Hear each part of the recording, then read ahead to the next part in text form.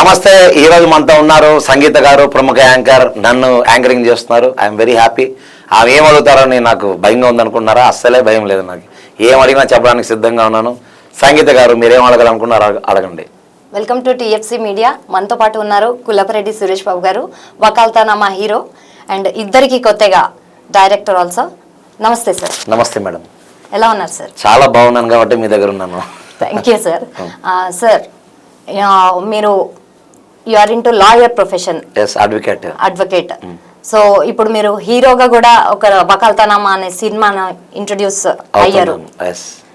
So మీకు ఈ profession ని బ్యాలెన్స్ చేస్తూ మరి సినిమాలో ఎలా బ్యాలెన్స్ చేసుకుంటున్నారు? అసలు నా సినిమా ప్రొఫెషన్ ఏదైతే నేను తీస్తాను అనుకున్నానో, నేను ప్రొఫెషన్ లో ఉండేదే సినిమాలో చూపిస్తున్నాను. Same advocate.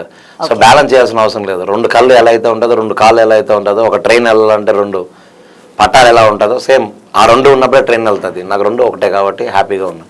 So as a profession గా మీరు అడ్వకేట్ గా చూస్ చేసుకున్నారు మీ ప్రొఫెషన్ ని. అవును. So why only into lawyer or advocate sir? అంటే నేను అంతకుముందు రియల్ ఎస్టేట్ చేశాను, చాలా పనులు చేశాను. నేను అవన్నీ నాకు పనికిరాని పనులు అనిపించింది. ఎవరికైనా నా కోసం పనికొచ్చే పని ఏది అంటే ఒక అడ్వకేట్ మాత్రమే. చాలా మంది కోసం చాలా కష్టపడి చేసే పని, ఇష్టంగా చేసే పని అడ్వకేట్. ఎందుకంటే చాలా మందికి ప్రాబ్లమ్స్ వస్తాయి. చిన్నప్పటి నుంచి పెద్ద అయినా, చిన్నప్పుడు ఒక పెన్సిల్ దొంగతనం చేస్తాడు, అరే మా అమ్మకి చెప్తా ఉంటాడు. వాళ్ళ అమ్మకి చెప్తే ఏం చేస్తుంది? ఒక పెన్సిల్ కొనిస్తుంది. అదే పోలీసులకు చెప్తే కొట్టేసిన పెన్సిల్ తీసుకొచ్చిస్తారు. అది చేయాలంటే అడ్వకేట్ మాత్రమే చేయగలడు. అందుకని నా ప్రొఫెషన్ బాగుంటుందని అడ్వకేట్ చేశాను. Okay sir. సార్, నాకు ఇంకొక డౌట్. అసలు లాయర్, అడ్వకేట్ అంటూ ఉంటారు చాలా మంది. వాటి రెండిటికి మధ్యలో తేడా ఏంటి సార్? అమ్మాయి అమ్మ తేడా ఉందిగా. పెళ్లి కాకముందు అమ్మాయి అవుతుంది, పెళ్లి అయినాక అమ్మ అవుతుంది. సేమ్ అంతే. లాయర్కి అడ్వకేట్కి తేడా ఏంటంటే, లా చేసేసి ప్రాక్టీస్ చేయకుండా ఉండేవాళ్ళు లాయర్ అనుకుంటారు, ప్రాక్టీస్ చేసే వాళ్ళని అడ్వకేట్ అంటారు. Okay okay, thank you sir. And ఇంకొకటి, ఇప్పుడు నోటీసులు జారీ చేస్తున్నారు అనేసి మనం వింటూ ఉంటాము, నోటీసులు ఇస్తుంటారు. అసలు నోటీసులు ఏదైనా ఇష్యూస్ వచ్చినప్పుడు కూడా మనం నోటీసులు అనే పదం బాగా వింటూ ఉంటాం. దాని నోటీసులు వేయాలి అంటే మనం కోర్టుని ఎలా అప్రోచ్ అవ్వాలి? కోర్టుకి వెళ్ళాల్సిన అవసరం లేదు మేడం. నోటీస్ ఇవ్వాలంటే జస్ట్ అడ్వకేట్ని కలిస్తే చాలు. నోటీస్ అంటే nothing but to information of the other side person. Suppose మీకు డబ్బులు ఇవ్వాలి, ఒకడు డబ్బులు మీరు దగ్గర తీసుకొని చెక్ ఇచ్చి ఆ చెక్ వేసుకోమని వెళ్ళిపోతాడు. తర్వాత మీరు చెక్ వేసిన తర్వాత చెక్ చేసుకుంటే దాంట్లో డబ్బులు ఉండవు, చెక్ బౌన్స్ అవుతుంది. అప్పుడు వాడికి ఇన్ఫర్మేషన్ ఇవ్వాలి ఆ పర్సన్కి. అంటే అప్పుడు లాయర్ని అప్రోచ్ అయితే లాయర్ ఇచ్చే ఇన్ఫర్మేషన్ నోటీస్ అంటారు. That is the prima facie. అంటే మొట్టమొదటిగా లాయర్ చేయాల్సిన పని, మీరు చేయాల్సిన పని అదే. నోటీస్ పంపిస్తాడు ఏమని? సో పలానా చెక్ నాకు పలానా రోజు ఇచ్చావు, ఆ చెక్ నువ్వు చెప్పిన బ్యాంకులో వేస్తే బౌన్స్ అయింది. సో ఖచ్చితంగా ఈ 15 days టైం లోపల నువ్వు నాకు నా డబ్బులు ఇచ్చేసి చెక్ తీసుకెళ్ళిపో అని ఇన్ఫర్మేషన్ ఇవ్వాలి. అది that is a mandatory law in 138. Check bounce కేసులో కూడా అంటే ఎంత పీరియడ్ లో మనం కేసుని వేస్తే అది? అంటే మీరు చెక్ బౌన్స్ వేసిన తర్వాత 15 రోజులు 15 days లోపల నోటీస్ పంపించాలి. ఆ తర్వాత 30 days లోపల మీరు కేసు వేసుకోవచ్చు. అంటే 45 days తర్వాత మీరు బౌన్స్ కేసు వేయాలి. ఓకే, అది. అండ్ జనరల్గా ఇప్పుడు మనం చూస్తుంటాము, భార్యాభర్తల విడాకుల తర్వాత కూడా భర్త నుండి భార్యకి కొంత మెయింటెనెన్స్ ఫీజ్ గా మనము ఇస్తూ ఉంటాం, కోర్టు నుంచి వస్తూ భర్త నుండి భార్యకి ఇస్తూ ఉంటారు మెయింటెనెన్స్. అది ఎన్ని సంవత్సరాల పాటు కొనసాగుతుంది సార్? అంటే ఫస్ట్ వాళ్ళు మెయింటెనెన్స్ కేసు వేస్తారు, కోర్టు ఒక ఆర్డర్ పాస్ చేస్తుంది. ఇంట్రీమ్ ఆర్డర్ అని ఒకటి ఉంటుంది, ఐఏ వేసుకుంటారు. ఇంట్రీమ్ ఆర్డర్ అంటే ఇమ్మీడియట్గా రిలీఫ్. ఓకే, కోర్టు ఇష్టం ఎంత ఇవ్వాలనేది. మీరు వేసినంత ఇవ్వదు, సాక్ష్యాధారాలను బట్టి అతనికి వచ్చే ఇన్కమ్ని బట్టి కోర్టు డిసైడ్ చేస్తుంది ఇంత రావాలని. అది మీకు మెయిన్ కేసు ఎప్పటి వరకు అవుతుందో అప్పటి వరకు ఆ డబ్బులు వస్తూనే ఉంటాయి. అంటే ఎంసీ అంటే మెయింటెనెన్స్ కేసు. అంటే ఎగ్జాంపుల్ చెప్తాను మేడం, కోడి గుడ్డు. కోడిని మీరు కోసుకొని తినాలంటే చాలా టైం పడుతుంది, కోయాలి, వండాలి, మీకు నచ్చిన పీసులు తీసుకోవాలి, చేయాలి. అదే ఎగ్ అనుకోండి, ఇన్స్టెంట్ ఆమ్లెట్ వేసుకోవచ్చు, బాయిల్డ్ ఎగ్ వేసుకోవచ్చు, హాఫ్ బాయిల్ వేసుకోవచ్చు, అంటే తినేయచ్చు. అలానే ఇంట్రీమ్ ఆర్డర్ అంటే ఇమ్మీడియట్గా వచ్చే రిలీఫ్. మెయిన్ ఆర్డర్ అంటే కోడిలాగా అనమాట. అది ఎంత టైం పడుతుందో కూడా తెలియదు మనకి. అదే నువ్వు చేసే పనిని బట్టి. అంటే నీకు వర్క్ బాగా వచ్చింది అనుకోండి, సపోజ్ మీరు కోడిని బాగా కోసుకునే కెపాసిటీ ఈజీగా ఉంటే కోసేసుకోవచ్చు. మీకు రాదనుకోండి, కోయడానికే సంవత్సరాలు పడుతుంది, అప్పటి వరకు వెయిట్ చేయాలి. సేమ్ అంతే అది కూడా. ఓకే, అండ్ ఇంకొకటి సార్, ఇప్పుడు కోర్టులో తీర్పు తర్వాత, భార్యాభర్తల విడాకుల తర్వాత తల్లికి మాత్రమే హక్కు ఉంటుంది పిల్లల పైన. అంటే బాధ్యత కోర్టు పిల్లల బాధ్యత తల్లికి అప్పచెప్తుంది, తండ్రికి అలాంటి బాధ్యతలు అప్పచెప్పు. ఒకవేళ పిల్లలు ఏ వయసు వచ్చిన తర్వాత తండ్రి దగ్గరికి వెళ్ళే అవకాశం ఉంది, వాళ్ళు అక్కడ తండ్రితో జీవించాలనుకున్నా లేదంటే తండ్రి ప్రేమను పొందాలనుకుంటే ఏ వయసు నుంచి వాళ్ళు వెళ్ళొచ్చు? అంటే దీంట్లో ఎలా ఉంటుంది అంటే, అమ్మాయి అనుకోండి మదర్తోనే ఉండాలి మేజర్ అయ్యే వరకు. ఎందుకు అంటే అమ్మాయిని బాగా చూసుకునేది తల్లి మాత్రమే. తండ్రికి అమ్మాయిని తాకే రైట్ కూడా ఉండదు, తాకూడదు కూడా. ఎందుకంటే స్త్రీ డిఫరెంట్, పురుషుడు డిఫరెంట్. తండ్రి అయినా పురుషుడేగా. ఇప్పుడు రోజు మీరు చూస్తూ ఉంటారు తండ్రికి కీచుడుగా చేసి ఒక అమ్మాయిని చెడిపోయారని టీవీలో రావడం అంతా. అందుకనే తల్లికి ఇస్తారు బాధ్యత. కోర్టు అయినా సరే డైరెక్ట్గా తల్లి తీసుకోవచ్చు. కాకపోతే తండ్రి జీడీ అంటే గార్డియన్ ఓపీని ఒకటి వేసేసుకొని నాకు నా అమ్మాయిని చూడాలి అనుకుంటాడు. అప్పుడు కోర్టు ఏం చేస్తుంది అంటే ఒక సర్టన్ టైం ఇస్తుంది చూడడానికి, ఒక సాటర్డేనో సండేనో ఒక 1 అవర్. ఎందుకంటే తండ్రికి కూడా సమాన బాధ్యత ఉంటుంది కూతురు మీద. వెళ్ళి చూడొచ్చు, మాట్లాడవచ్చు. అది కోర్టు ఇచ్చే డిస్క్రిప్షన్ మీద ఆధారపడి ఉంటుంది. అదర్వైజ్ చూసే రైట్ లేదు అనడానికి ఉండదు, చూడొచ్చు. ఎందుకంటే తల్లికి బిడ్డ పుట్టాలంటే తండ్రి ఖచ్చితంగా ఉండాలి. వాళ్ళిద్దరి మధ్యలో ఎందుకు విడిపోతారు అనేది మనకు తెలియదు. అది డిపెండింగ్ అపాన్ వాళ్ళిద్దరి మధ్యలో డిఫరెంట్ సిచ్యువేషన్స్ ఉంటాయి. బట్ తండ్రికి కూడా రైట్ ఉంటుంది. ఎందుకంటే ఇద్దరు కష్టపడితే ఇష్టపడితే వచ్చిందే బిడ్డ. అలాంటి ఇష్టపడిన బిడ్డని తండ్రి కూడా చూసుకోవచ్చు. చాలామంది ఏం చేస్తున్నారంటే దాన్ని మిస్యూజ్ చేసేసి తండ్రికి బిడ్డను చూపించకుండా తండ్రి వచ్చే ప్రాపర్టీ మాత్రం కావాలి, తండ్రి వచ్చే సంపాదన మాత్రం ఇవ్వాలి, కానీ తండ్రి ఇచ్చిన ఆ అమ్మాయిని మాత్రం తండ్రికి చూపించకూడదని కొన్ని చాలా ఉన్నాయి, రోజు మనం చూస్తూనే ఉంటాం. అది ఎంతవరకు కరెక్ట్ అంటే అది కోర్ట్ డిస్ట్రిక్షన్, కోర్టు కేసిన తర్వాత. బట్ మనసాక్షిగా అయితే భార్యాభర్తలు ఎప్పుడు కలిసే ఉండాలి. ఒక్కసారి కలిసాక విడిపోయారంటే వాళ్ళు ప్రాణం పోయేంత వరకు విడిపోకూడదు. ప్రాణం పోయిన తర్వాత ఆటోమేటిక్గా విడిపోతారు. కాబట్టి ఇప్పుడు ఆ అమ్మాయిని చూడాలి అనేది ఆ మదర్ చేతిలోనే కాదు, ఫాదర్ చేతిలో కూడా ఉంటుంది, ఆ అమ్మాయి చేతిలో కూడా ఉంటుంది. సపోజ్ ఆ అమ్మాయి మేజర్ అయిపోయింది అనుకోండి, ఆ అమ్మాయి ఇష్టం ఎవరి దగ్గర ఉండొచ్చు. మైనర్ ఉన్నప్పుడు మాత్రం తండ్రిని నమ్మరు. ఎందుకు నమ్మరు అంటే చాలా జరుగుతుంది కాబట్టి. అందుకని తల్లితోనే ఉండమని ఇస్తారు. అది ధర్మమే, సహజ ధర్మం. అదే అబ్బాయి అనుకోండి మేజర్ అవ్వాల్సిన అవసరం లేదు, చిన్నప్పుడైనా వెళ్ళిపోవచ్చు. అబ్బాయి ఇష్టం. ఆ అబ్బాయికి ఇష్టం ఉందా లేదా ఎలా తెలుస్తుంది అంటే కోర్టు కేసిన తర్వాత జడ్జెస్ ఆ అబ్బాయిని పిలిచి అడుగుతారు, నీకు ఎవరితో బాగుండగలవు, ఎవరు నేను బాగా చూసుకుంటాడు. ఆ అబ్బాయి ఎవరి పేరు చెప్తే వాళ్ళతో ఇస్తారు. తల్లైనా అవ్వచ్చు, తండ్రైనా అవ్వచ్చు. అండ్ ఇంకొకటి సార్, 498, 498A ఈ రెండిటికి మధ్యలో తేడా ఏంటి సార్? ఏ ఉందిగా, అంతే, తేడా ఏం లేదు. 498లో ఏ లేదు, 498Aలో ఏ ఉంది, సింపుల్ తేడా. లేదు సార్, అంటే డిఫరెన్సెస్ ఉంటాయి. అంటే భార్య భర్త పైన కేసు వేసినా ఒక సెక్షన్ కింద వస్తుంది, భర్తకి భార్య పైన వేసినా ఇంకో సెక్షన్ కింద అని వేస్తారు. ఈ రెండిటికి మధ్యలో తేడా ఏంటి? సెక్షన్ వైజ్ గా డివైడ్ చేసి 498A అంటే ఏంటంటే అబ్బాయి తరపున అబ్బాయి కానీ అబ్బాయి తల్లిదండ్రులు కానీ వాళ్ళ తరపున సిస్టర్ కానీ వాళ్ళ బావ కానీ ఎవరన్నా ఆ అమ్మాయిని హరాస్ చేస్తే ఏమని కట్నం ఇచ్చిన్నాము ఇంకా అదనపు కట్నం తీసుకురా అని చెప్తే 498 వేయచ్చు. Okay, 498A sir. ఆ అమ్మాయికి ఇష్టంగా ఉంటే ఆ అమ్మాయి ఎవరితోనే ఉండొచ్చు అని నాలా. అండ్ ఇంకొకటి సార్, ఈ మధ్య కాలంలో మనం డ్రగ్స్ది చాలా చూస్తున్నాము. సినీ పరిశ్రమకు చెందిన వాళ్ళు కావచ్చు, పెద్ద పెద్ద వ్యాపారవేత్తలు, రాజకీయ నాయకులు చాలా ఈ డ్రగ్స్ కేసుల్లో చాలా మంది దీనిలో నిందితులుగా ఉంటున్నారు. సో అలాంటి వాళ్ళకి ఇప్పుడు ముఖ్యంగా యూత్ బాగా చెడిపోతున్నారు. అది ఒక వ్యసనంగా, ఒక ప్రెస్టేజ్ ఇష్యూగా భావిస్తున్నారు అనమాట. సో దాని వల్ల మంచి జరగకపోగా దానివల్ల చాలా పరిణామాలు వస్తున్నాయి. వాళ్ళ కెరియర్ పైన కానీ ఫైనాన్షియల్గా, ఫ్యామిలీ పరంగా చాలా ఇబ్బందులు పడుతున్నారు. సో అలా వాళ్ళు కనుక ప్రొసీడ్ అవుతే వాళ్ళపైన ఎలాంటి టైప్ ఆఫ్ కేసెస్ ఉంటాయి, అంటే స్టూడెంట్ వైజ్గా ఎలాంటి టైప్ ఆఫ్ కేసెస్ ఉంటాయి, వాళ్ళు ఎలా దాన్ని ఎదుర్కోవాలి, ఎలా అవాయిడ్ చేసుకోవచ్చు? అంటే డ్రగ్స్ కేసు అంటే అందరికీ ఒకటేలా ఉంటుంది. సెక్షన్స్ చిన్నోళ్ళకి ఒకలాగా పెద్దోళ్ళకి ఒకలాగా ఉండదు.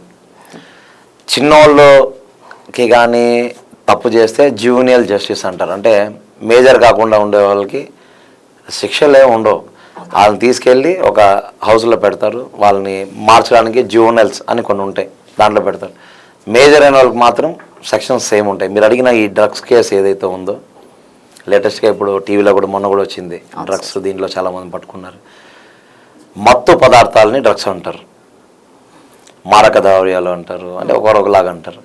అది తీసుకోవడం వల్ల ఏమవుతుందంటే అతను స్పృహ కోల్పోతాడు. అంటే అది కాన్షియస్నెస్, అతను ఏకాగ్రత కోల్పోవడము, అతను ఉన్న ఒరిజినాలిటీ కోల్పోవడము, తెలియని రెండో స్ప్లిట్ పర్సనాలిటీ వస్తుంది. ఒకప్పుడు పాతకాలంలో మనం చూసేవాళ్ళం హుక్క, రాజుల కాలంలో హుక్క తీసుకునేవాళ్ళు. హుక్క అంటే లాగేవాళ్ళు, అదొక పొగలాగా వచ్చేది. దానివల్ల ఏమవుతుందంటే మైండ్ మొత్తం కూడా బ్లైండ్ అయిపోతుంది. ఒక రూమ్లో మీరు తీసుకొచ్చి పొగ వేసేస్తే ఏమవుతుందంటే మనకున్న ఒరిజినాలిటీ వెళ్ళిపోతుంది. మన కనబడే ఫేసెస్ కరెక్ట్గా కనబడవు, అంటే బ్లర్ కనబడవు. అలానే అతని బ్రెయిన్ బ్లర్ అయిపోతుంది. అప్పుడు అతను ఏం చేస్తారో కూడా తెలియదు. దాన్నే డ్రగ్స్ అంటారని నా ఉద్దేశం. డ్రగ్స్ తీసుకోవడం వల్ల మైనస్ ఏంటంటే అలాంటి సిచ్యువేషన్లో అతను ఏం చేస్తాడో తెలియదు, క్రూర మృగంగా మారిపోతారు ఆ డ్రగ్స్ తీసుకోవడం వల్ల. అలానే ఈ మధ్య డ్రగ్స్ తీసుకోకుండా కూడా డ్రగ్స్ తీసుకున్నారని చాలామంది మీద అలిగేషన్స్ వస్తూ ఉన్నాయి. ఇద్దరు కలిసి ఉంటారు, ఎవరో ఒకటి డ్రగ్ తీసుకుంటాడు, అతనితో మాట్లాడుంటాడు, కలిసి వస్తాడు. అతనితో మాట్లాడినంత మాత్రాన, అతనితో కలిసి వచ్చినంత మాత్రాన ఇతను డ్రగ్స్ తీసుకున్నట్లు కాదు. కానీ అలిగేషన్స్ పెడతారు. ఎందుకంటే వీళ్ళందరికీ లింక్ ఉంది. అది ఎప్పుడు ప్రూవ్ అవుతుంది, నిజంగా అతను తీసుకున్నాడా లేదా అని టెస్ట్ చేస్తారు. టెస్ట్ చేసినప్పుడు దాంట్లో క్వాంటిటీ తెలుస్తుంది, ఇతను డ్రగ్స్ తీసుకున్నాడా లేదని. డ్రగ్స్ టెస్ట్ అంటారు దాన్ని, డ్రగ్స్ టెస్ట్. అది with the permission of the person మాత్రమే చేయాలి, ఆర్ఎల్స్ కోర్ట్ చెప్తుంది చేయొచ్చు అని. సో అది ఎంతవరకు చేస్తున్నారు అనేది నేను వెళ్ళి చూడలేదు కాబట్టి నాకు తెలియదు. సో డ్రగ్స్ తీసుకోవడము అన్యాయము, నేరము, దుర్మార్గము, దుశ్చర్య. డ్రగ్స్ అంటే మెడికల్ నుంచి ఇచ్చే దాన్ని కూడా డ్రగ్స్ కింద వర్ణించవచ్చు. మీకు ఐడియా ఉందా? డ్రగ్స్ అండ్ మెడికల్ షాప్ అని ఉంటుంది. ఆ డ్రగ్స్ వేరే, ఇప్పుడు XYZ అంటున్న డ్రగ్స్ వేరే. మాదక ద్రవ్యాలు drugs is different, medicines drugs is different. Pharma కింద వస్తుంది. చాలా మందికి అది తెలియదు. డ్రగ్స్ అంటే అదే డ్రగ్స్ అదే. సపోజ్ నాకు కాఫ్ ఉంది, నేను మెడికల్ షాప్కి వెళ్ళి డ్రగ్స్ తీసుకొని వచ్చా. నేను కాఫ్ కోసం తెచ్చిన డ్రగ్స్ని కూడా డ్రగ్స్ కింద ట్రీట్ చేయడానికి లేదు. ఆ drugs is different then original మాదక ద్రవ్యాలు. అంటే దీనివల్ల పిల్లల పైన ఇప్పుడు స్టూడెంట్స్ ఉన్నారు. ఎస్, మీరు అడిగారు స్టూడెంట్స్ మీద. అసలు స్టూడెంట్స్కి ఏది డ్రగ్స్ కాదో కూడా తెలవని స్టేజ్లో ఉన్నారు వాళ్ళు. ఒక టాబ్లెట్ ఇచ్చేసి ఇది డ్రగ్ అంటే డ్రగ్ అనుకున్నాడు వాడు. థమ్స్అప్లో మీరు అనాసిన్ టాబ్లెట్ వేసుకొని తీసుకున్న అది డ్రగ్సే. అది ఒక మత్తు పదార్థం, అంటే మనిషిని ఇంకో స్టేజ్కి తీసుకెళ్లేది డ్రగ్స్. అది మాదక ద్రవ్యాలు అవ్వచ్చు, గంజాయి అవ్వచ్చు, కొకైన్ అవ్వచ్చు, ఇవన్నీ కూడా డ్రగ్సే. అవన్నీ నిషిద్ధం, అంటే వాడడానికి లేదు. మరి అవన్నీ వాడడానికి లేనప్పుడు అవన్నీ తయారు చేస్తున్నారు. మరి తయారు చేసే వాళ్ళ మీద యాక్షన్ తీసుకోవచ్చుగా. మరి ఎవరైతే అది కూడా తీసుకుంటారు, డ్రగ్స్ పండిస్తున్నారు, గంజాయి పండిస్తున్నారు అని పట్టుకుంటున్నారు. గంజాయి ఒక రోజులో రాదు. ఏ చెట్టు వేసినా minimum 30 days, 40 days, 60 days, 90 days, 1 year వస్తాయి. అలానే ఆ చెట్టు వేస్తే దానికి కూడా ఎన్నో రోజులు ఉంటుంది. మరి అన్ని రోజులు అది వస్తూ ఉన్నప్పుడు దాని స్మెల్ ఖచ్చితంగా చుట్టుపక్కల తెలిసిపోతుందిగా. తెలిసినప్పుడు ఇమీడియట్గా వెళ్ళి దాన్ని తీసేస్తే గంజాయి ఎవరు వాడరుగా. సరే, మన వాళ్ళు ట్రై చేస్తున్నారు. ఎక్కడ ఈ మధ్యలో ఇప్పుడు హైదరాబాద్లో చూసాను, టెర్రస్ మీద కూడా గంజాయి మొక్కలు వేసారని టీవీలో వచ్చింది. అతను సరదాగా వేసుకున్నాడో అమ్మడానికి వేసుకున్నాడో తెలియదు మనకి. బట్ తప్పు ఏం చేసినా తప్పే. సెక్షన్స్ అందుకనే వచ్చినాయి, కోర్ట్స్ అందుకనే ఉన్నాయి, పోలీసు వాళ్ళు అందుకనే ఉన్నారు. పిల్లల భవిష్యత్తు ఎందుకు పాడైపోతుందంటే డ్రగ్స్ అంటే సరదా అనుకుంటున్నారు అందరూ. అది వేసుకుంటే అదేదో పెద్ద ప్యాషన్ అనుకుంటున్నారు. డ్రగ్స్ కానీ సిగరెట్ కానీ ఇది నేను వేసుకుంటే నేను కొంచెం ఇన్ఫ్లుయెన్స్డ్ పర్సన్ అను, లేదా నేను అందరికీ గొప్పగా కనపడతాను అనుకుంటున్నారు పాపం యూత్. అది ఎప్పుడు తెలుస్తుందంటే వాళ్ళు ఆ కేసులో ఇరుక్కొని వాళ్ళ వల్ల ఎదుటిగా ఒక అమ్మాయికో లేదా ఎవరికో డ్యామేజ్ అయిన తర్వాత అతను అరెస్ట్ చేసి జైల్లో పెడితే వాళ్ళ ఫ్యామిలీ మొత్తం టీవీలో పడినప్పుడు వాళ్ళు బాధపడతారు. అప్పుడు తెలుస్తుంది నేను చేసిన తప్పు అని అతనికి. ఆ తప్పు చేయకుండా ఉండాలంటే అలాంటి డ్రగ్స్ జోలికి మీరు వెళ్ళొద్దండి. పబ్స్కి వెళ్తున్నారండి అందరూ. పబ్స్కి వెళ్ళొద్దని ఎవరు చెప్పరు. పబ్స్ పెట్టిందే ఎంజాయ్ చేయడానికి యూత్. పబ్స్ రన్ అయ్యేదే యూత్ మీదే. యూత్ ఎవరు పోతే ఒక పబ్ కూడా ఉండదు హైదరాబాద్లో, ఇండియాలో ఎక్కడ ఉండదు. కానీ ఆ పబ్స్లో ఏమి అమ్మాలా అనేది అక్కడ పెట్టింటారు. ఎవరికి అమ్మాలని 21 years అబోవ్ ఉన్న వాళ్ళకి మాత్రమే మందు అమ్మాలి, ఇంకా డ్రింక్స్ కూడా. బట్ చాలామంది 21 కంటే తక్కువ ఉండేవారు కూడా వెళ్ళిపోతున్నారు. ఇప్పుడు ఒక అబ్బాయి చాలా గంభీరంగా హైట్గా ఉంటాడు, అతను ఏజే తెలియదు మనకి, చూడగానే అతను పెద్దవాడు అనుకుంటాడు, అతనికి 14 years కూడా ఉండొచ్చు. ఒక అబ్బాయి చాలా స్మార్ట్గా ఉంటాడు, అతనికి 40 years ఉంటుంది, కనపడ్డు. బట్ అందరినీ ఐడి కార్డు చూసుకొని ఎంతమందిని పబ్లో అలౌ చేస్తున్నారు చెక్ చేయరు. రికమెండేషన్స్ హైలీ ఇన్ఫ్లుయెన్స్ పర్సన్స్ ఉంటారు, వాళ్ళ అబ్బాయిలు ఉంటారు, వాళ్ళు ఆపడానికి కూడా లేదు. ఐఎమ్ సో అండ్ సో అంటే పబ్ వాళ్ళు కూడా భయపడతారు, వదిలేస్తారు. అది ఎప్పుడు తెలుస్తుంది? అతను తప్పు చేసిన తర్వాత దొరికిన తర్వాత పబ్ను సీజ్ చేస్తారు. పబ్బు నిర్వహించవచ్చు, నేనేం కాదన్ను, ఎందుకంటే it's business. Age 18 and above, 21 and above దాంట్లో ఉంటుంది డిస్క్రిప్షన్. ఆ కండిషన్స్ బట్టి వెళ్ళండి, మీరు వెళ్తే తప్పేం లేదు. మందు తాగొచ్చండి, ఎంత మోతాదులో తాగాలో, నీ బాడీ కెపాసిటీకి ఎంత తాగాలనిపిస్తే అంత తాగొచ్చు. ఒకడు ఒక క్వార్టర్ తాగుతాడు, ఒకడు మూత తాగుతాడు, ఒకడు ఫుల్ బాటిల్ తాగుతాడు. అతని బాడీ కెపాసిటీ ఇంతే తాగాలని ఎక్కడా లాగలేదు. తాగిన తర్వాత నువ్వు ఎగ్జాంపుల్ డ్రింక్ అండ్ డ్రైవ్ వచ్చిందండి, 36% వస్తే అప్ టు 100-200 వస్తా ఉంటే ఫస్ట్ టైం అయితే 2100 పెనాల్టీ కడతాడు, సెకండ్ టైం అయితే జైలు, థర్డ్ టైం అయితే లైసెన్స్ క్యాన్సిల్. ఇవి ఉన్నాయి ఆల్రెడీ. చాలామంది నేను రోజు కోర్టుకి వెళ్తాను, మార్నింగ్ చూస్తానంట. ఎవ్రీడే మన మనోరంజన్ కాంప్లెక్స్లో అన్ని కోర్ట్స్లో చూస్తే మినిమం ఒక 500 పీపుల్ ఉంటారు ఎవ్రీడే మార్నింగ్. వీళ్ళు ఏం చేస్తారంటే రాత్రి తాగుతారు, డ్రింక్ అండ్ డ్రైవ్లో దొరుకుతారు. కార్ అవ్వచ్చు, బైక్ అవ్వచ్చు, దీంట్లో దొరికిన తర్వాత ఏం చేస్తారు, వీళ్ళ వల్ల రోడ్స్ బ్లాక్ అవుతుంది, చెకింగ్ ఉంటుంది కాబట్టి. అదే టైంలో పాపం ఎవరికైనా ఇబ్బంది వచ్చి ఒక అంబులెన్స్ వెళ్తా ఉంటే వెళ్ళలేదు. వీళ్ళు తాగడం వల్ల రోడ్ బ్లాక్ అవుతుంది, పోలీసులు చెక్ చేస్తారు, వాళ్ళ డ్యూటీ వాళ్ళు చేస్తున్నారు. తాగిన తర్వాత ఎందుకు వెళ్ళాలి వీళ్ళు, ఒక డ్రైవర్ని పెట్టుకొని వెళ్ళొచ్చుగా, వెళ్ళరు. బిల్డప్ కోసం తాగేస్తారు. నాకేం కాదు, నన్ను పోలీసు పట్టుకోలేరు. ఒక్కసారి దొరికిన తర్వాత మార్నింగ్ వచ్చి కోర్టులో నిలబడతారు. నేను నిన్న కూడా ఒక యాడ్ ఇచ్చాను నేను ఆల్రెడీ. ఏమనంటే మీరు తాగండి, తాగితే తప్పు కాదు, తాగేసి ఇంట్లో పడుకోండి, తాగేసి రోడ్డు మీద బైక్ ఎందుకు తోలుతారు, అది తప్పు. అక్కడే డ్రింక్ అండ్ డ్రైవ్. సరే మీరు తాగి తోలితే కూడా తప్పు కాదని కొంతమంది అంటున్నారు. మీ వల్ల ఎదుటి వాళ్ళకి యాక్సిడెంట్ అయ్యి చాలామంది చనిపోయారు ఈ మధ్యలో, మన పంజాగుట్లలో కూడా కారుల్లో తాగి. సో నీ వల్ల ఎదుటి వాళ్ళు చనిపోతున్నారంటే నువ్వు ఎంత తప్పు చేస్తున్నావు, వాళ్ళని కూడా ఎక్కించి చనిపోయారు. సో అంటే ఏంటి, నువ్వు తాగిన తర్వాత నీ బ్రెయిన్ నీ కంట్రోల్లో ఉండదు, ఎందుకంటే మోతాదు కంటే ఎక్కువ నువ్వు తాగుతున్నావు కాబట్టి నీ బ్రెయిన్ నేను డ్యామేజ్ చేస్తుంది. అంటే అన్కాన్షియస్కి వెళ్ళిపోతారు, సెకండ్ స్టేజ్కి వెళ్తారు. అప్పుడు నువ్వు ఏం చేస్తున్నావు కూడా ఎవరికి తెలియదు. అందుకే డ్రింక్ అండ్ డ్రైవ్ చేయొద్దని పోలీసు వాళ్ళు చెప్తారు, గవర్నమెంట్ చెప్తుంది, నేను కూడా చెప్తున్నాను. ఈ మధ్యలో ఒక యాంకర్, పేరు చెప్పాను, చాలా పెద్ద యాంకర్, బాగా లక్షల్లో తీసుకుంటాను, బయట టాక్, డ్రింక్ అండ్ డ్రైవ్లో దొరికాడు. నాంపల్లి కోటలో వచ్చాడు, క్యాప్ వేసుకొని, అద్దాలు వేసుకొని, మాస్క్ వేసుకొని. నేను పేరు పిలిచాను, నాకు తెలిసిపోతుంది కాక పిలవగానే వేసేసుకున్నాడు. ఎందుకు దొరికావు అన్నాను, పక్కన డ్రింక్ అండ్ డ్రైవ్లో దొరికాడు. ఆయనతో యాడ్ ఇచ్చారు మళ్ళీ, తాగకూడదు, తాగి తోలకూడదు అని. ఫస్ట్ నువ్వు కూడా పాటించాలి. నేను కూడా డ్రింక్ అండ్ డ్రైవ్లో దొరికితే పట్టుకుంటే నాకు కూడా ఫైన్ వేస్తారు, అది కామన్లా. సో కాబట్టి ఎవడో డ్రింక్ చేయొద్దండి, డ్రైవ్ చేయొద్దండి. డ్రింక్ చేసి హ్యాపీగా ఇంట్లో నిద్రపోండి, ఎవరికి ప్రాబ్లం లేదు. అండ్ ఇంకొకటి సార్, ఇప్పుడు కామన్ పీపుల్ అంటే ఇలా దొరికిన డ్రగ్స్ దాంట్లో దొరికినా ఓకే, బట్ కొంతమంది ప్రెస్టేజియస్ షోస్కి వెళ్ళి ఇలా పెద్ద రాజకీయ నాయకుల్లో కానీ సినీ ఇండస్ట్రీలో కానీ పిల్లలు ఉంటారు, వాళ్ళు దొరికినప్పుడు ఆ టైప్ ఆఫ్ కేసెస్ని కోర్టులో ఎలా డీల్ చేస్తారు అసలు? కోర్టుకి ఎవరైనా ఒకటే అండి, రాజకీయ నాయకులు ఒకటే. కామన్ సెన్స్ ఉండేవాడు కోర్టుకు రాడు. కామన్గా సెన్స్ ఉండేవాడు ఏం చేస్తాడు, తాగితే ఇంట్లో పడుకుంటాడు. ఈ పెద్దవాళ్ళు అవ్వచ్చు, XYZ కాల్ అనుకోవచ్చు. తాగిన తర్వాత రోడ్డు మీద వచ్చి దొరికితే బాగా పాపులర్ ఉండే వాళ్ళు అయితే ప్రెస్ వాళ్ళు ఇమ్మీడియట్గా వేసేస్తారు. ఎందుకంటే మాకు కూడా రేటింగ్ కావాలి కదండి. అదే కామన్గా 2-3 తాగిపోతారు, వాళ్ళని అసలు ఏం కూడా వాడు ఏమంటే కూడా రచ్చరచ్చ చేసిన వీడిని చూసేవాడు ఎవడు చూడ్డు కాబట్టి.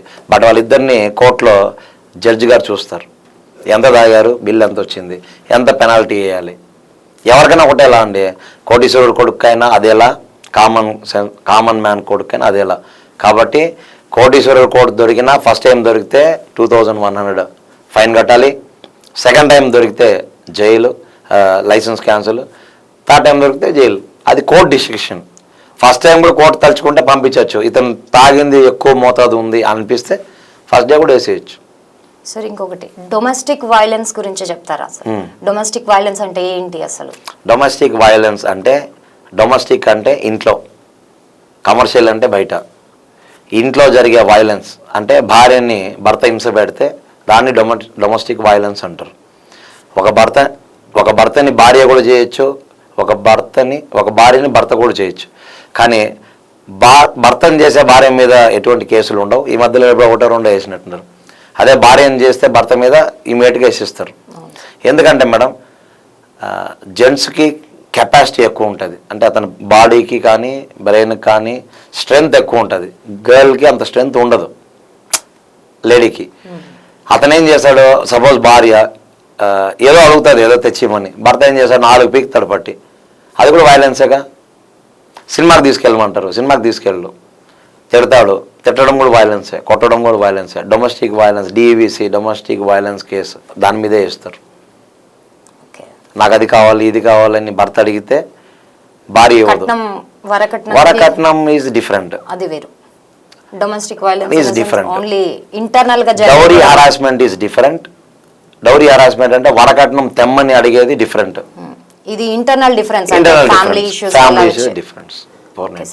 అండ్ వాట్ అబౌట్ కన్జ్యూమర్ కోర్టులు? ఇప్పుడు ఆన్లైన్ లో బాగా చాలా మంది బయటికి వెళ్ళే వాళ్ళు వెళ్తున్నారు, కానీ చాలా మంది ఆన్లైన్ షాపింగ్ కి చాలా మంది ఇంట్రెస్ట్ చూపిస్తూ ఉంటారు ఇంటి దగ్గర కూర్చొని.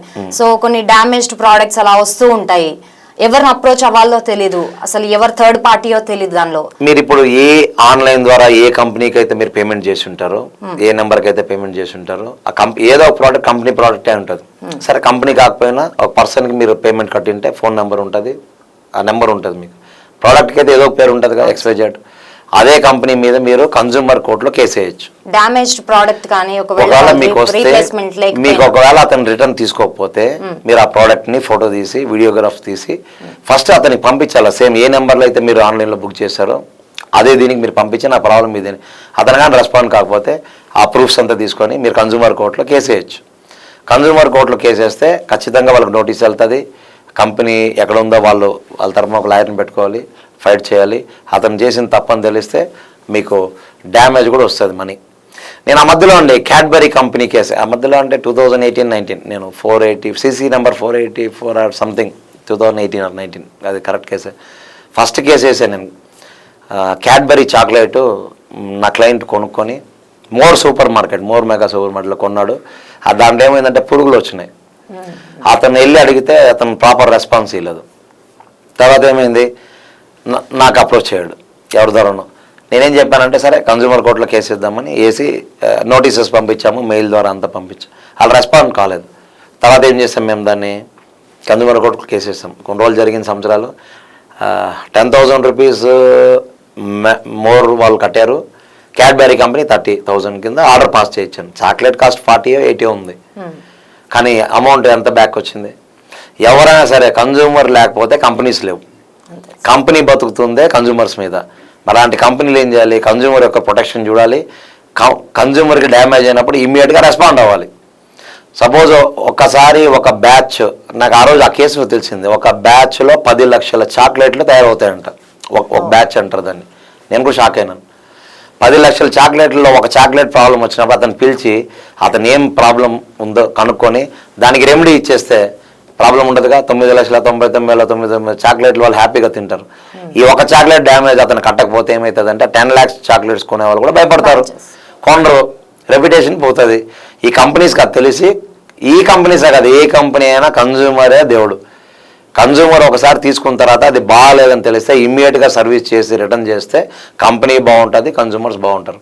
అది కానీ చేయకపోతే నాలాంటి అడ్వకేట్స్ అందరూ ఉంటారండి. Every advocate is zero.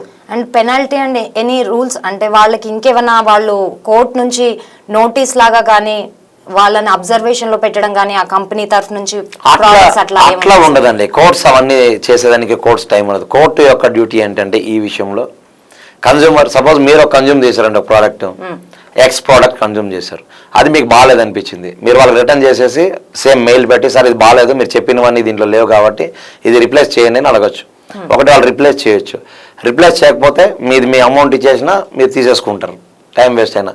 ఒకవేళ మీకు ప్రాపర్ రెస్పాండ్ కాకపోతే అప్పుడు మీరు వాళ్ళ మీద కన్జ్యూమర్ కోర్టు లాయర్ని అప్రోచ్ అయ్యి ఒక నోటీస్ పంపించి, నోటీస్ పీరియడ్ టైంకి వాళ్ళు రిప్లై ఇవ్వకపోతే కేసు వేసి సమన్స్ పంపిస్తే కోర్టుకు వస్తారు.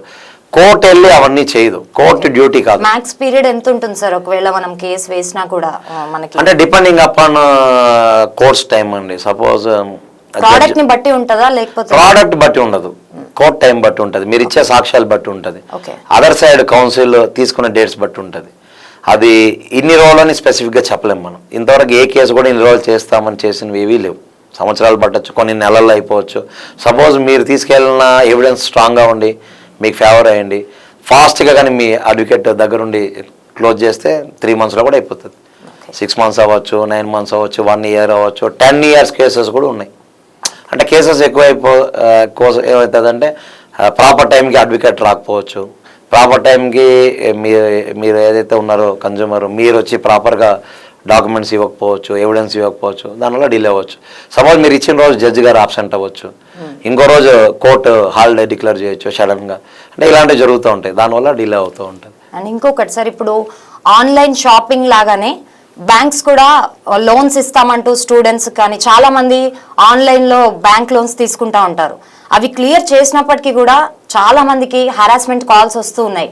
సో అలాంటి వాళ్ళు ఎలా అప్రోచ్ అవ్వాలి, కోర్టును అప్రోచ్ అవ్వాలా, అసలు వాళ్ళు ఎలాంటి స్టెప్ తీసుకోవాలి అలా కాల్స్ని అవాయిడ్ చేయడానికి? కానీ మీరు ఫస్ట్ మ్యాండేటరీ ప్రొవిజన్ ఏంటంటే అండి, మీకు ఏ ప్రాబ్లం వచ్చినా మీరు ఫస్ట్ వెళ్ళాల్సింది పోలీస్ స్టేషన్. ఓకే, డైరెక్ట్గా కోర్టును అప్రోచ్ అవ్వడానికి లేదు. సివిల్ మ్యాటర్ అంటే మీరు కోర్టును అప్రోచ్ అవ్వాలి. ఇవన్నీ క్రిమినల్ ఇండిమినిటీ కింద వస్తుంది. అంటే ఏదైతే మీరు అంటున్న ఈ ఆన్లైన్ తీసుకొని ఇవ్వలేదు, కట్టినా కూడా కట్టలేదు అంటే ఇవన్నీ మోసం కింద వస్తుంది. డైరెక్ట్గా మీరు పోలీస్ స్టేషన్లో కంప్లైంట్ ఫైల్ చేయొచ్చు. పోలీసు వాళ్ళు యాక్షన్ తీసుకుంటారు. అంటే మీరు పెట్టిన కంప్లైంట్ బేస్ చేసుకుని ఏ సెక్షన్ వర్తిస్తుందో. ఒకవేళ మీరు కట్టేసిన తర్వాత కూడా వాళ్ళు మిమ్మల్ని హరాస్ చేస్తున్నారు అని తెలిస్తే దాంతోపాటు మీరు డిఫామేషన్ సూట్ వేసుకోవచ్చు. అంటే పరువు నష్టం. అంటే నేను కట్టేసాక కూడా కట్టలేదని నా పరువు తీశాడు కాబట్టి మీకు ఎంతైతే ఇన్కమ్ సోర్స్ ఉంటుందో దాన్ని 10 times వేసి మీరు నోటీస్ పంపించవచ్చు. అది కూడా కేసు ఫైల్ చేయొచ్చు. డెఫామేషన్ సూట్ అంటారు. డ్యామేజ్ సూట్ అంటే మీ డ్యామేజ్ అయిపోయింది, మీ యొక్క పరువు డ్యామేజ్ అయింది కాబట్టి దానికి కూడా మీకు రెమెడీ వస్తుంది. అది మీ దగ్గర సాక్ష్యాధారాలు ఉంటాయి. ఈ మధ్యలో నాకు ఎప్పుడో ఒక సేమ్ ఇలానే ఒక ఎక్స్ బ్యాంక్ వాళ్ళకి డబ్బులు కట్టేసాక కూడా కట్టలేదని మళ్ళీ బెదిరించి డబ్బులు తీసుకుంటే ఆ సాక్ష్యాలు తీసుకొస్తే కన్సర్న్ పోలీస్ స్టేషన్లో కేసు వేస్తే ఇమీడియట్గా పోలీస్ స్టేషన్లో ఎఫ్ఐఆర్ ఫైల్ చేస్తే వాళ్ళు వచ్చి వాళ్ళే అన్ని ప్రూఫ్స్ ఇవ్వగానే అక్కడే వచ్చి సెటిల్ చేసుకొని మనీ కూడా రిటర్న్ చేసి వెళ్ళిపోయారు. కోర్టుకి వెళ్లకుండానే కొన్ని అయిపోతుంది. ఎదుటి వాళ్ళకి తప్పు చేశాము సాక్ష్యాలు ఉంది అంటే సగం పోలీస్ స్టేషన్లో కూడా అయిపోతాయి. ఒకవేళ పోలీస్ స్టేషన్లో కూడా అతను రాడు, లొంగడు కాదు అంటే అప్పుడు కోర్టుకి వెళ్తారు. కోర్టు ఆటోమేటిక్గా అతను పనిష్ చేస్తుంది based on off your evidence. So online నుంచి మీరు డబ్బులు కట్టేశాక అతను మీకు అరెస్ట్ చేస్తే మీరు ఆ ఎవిడెన్స్ని ప్రెస్కి ఇవ్వండి. ప్రెస్ ఈరోజు ఈ ఛానల్స్ వచ్చిన తర్వాత అండి, ఈ మీడియా వచ్చిన తర్వాత మీకు తెలిసే ఉంటుంది డిజిటల్ ఫ్రాక్షన్ ఆఫ్ సెకండ్స్లో వెళ్ళిపోతుంది. మీకు ఏమైనా డ్యామేజ్ ఇమీడియట్గా మీరు ప్రెస్కి చెప్పేయచ్చుగా. చెప్తే ఆటోమేటిక్గా అతను రెక్టిఫై చేసుకునే ఛాన్స్ కూడా ఉంది. మిమ్మల్ని ఎంతైతే డ్యామేజ్ చేశాడో అంత డ్యామేజ్ అతనికి కూడా అవుతుంది. ఆ విషయం అతనికి తెలవట్లేదు. ఎప్పుడు తెలుస్తుంది? పబ్లిక్ మీడియాలో వచ్చినప్పుడు తెలిసిపోతుంది. తర్వాత మీరు పోలీస్ స్టేషన్కి వెళ్తున్నారు, కోర్టుకి వెళ్తున్నారు. ఈరోజు మీడియా చాలా స్ట్రాంగ్ ఉందండి. 5 నిమిషాలు ఆ స్పాట్లో మీడియా అంటే nothing but camera. Cell phones వచ్చిన తర్వాత అదే మీడియా అయిపోయింది. కెమెరాలు ఎక్కడ ఉందో తీసుకొని యూట్యూబ్లో అప్లోడ్ చేసేసుకోవచ్చు. ఛానల్స్ లాట్ ఆఫ్ ఛానల్స్ వచ్చినాయి. కాబట్టి నాకు తెలిసి మీరు భయపడుతున్నారండి. ఫస్ట్ నేను అందరికీ ఏం చెప్తున్నానంటే, మీకు ఏదైనా తప్పు జరిగింది అనుకోండి, ఫస్ట్ మీ వెల్ విషెస్కి చెప్పండి నాకు ఇలా జరిగింది. దాంట్లో ఎవరెవరికి కొంత నాలెడ్జ్ ఉండేవాళ్ళు, నాలెడ్జ్ ఉండేవాళ్ళు ఎవరొకరు ఉంటారు ఇమ్మీడియట్గా. లేదంటే ఒక లాయర్ని అప్రోచ్ అవ్వండి, సార్ నాకు ఇలా జరిగిందని. ఆయన వెల్ గుడ్ గైడ్ మీకు ఇస్తారు. నా తెలిసి ఇండియాలో మంచి గైడు అంటే లాయర్ కంటే మించిన వాళ్ళు ఎవరు లేదని నా ఒపీనియన్. ఎందుకంటే వాళ్ళకి ఏది కరెక్ట్ కాదు అని తెలుసు. ఎందుకంటే వాళ్ళు చదువుకున్నారు కాబట్టి. మిగతా వాళ్ళకి దాని మీద నాలెడ్జ్ ఉండకపోవచ్చు. ఎందుకంటే లా నాలెడ్జ్ ఈజ్ డివైన్ అండి. అది సాయంత్రం వైన్ షాప్లో దొరకదు, సన్ నుంచి వస్తుంది.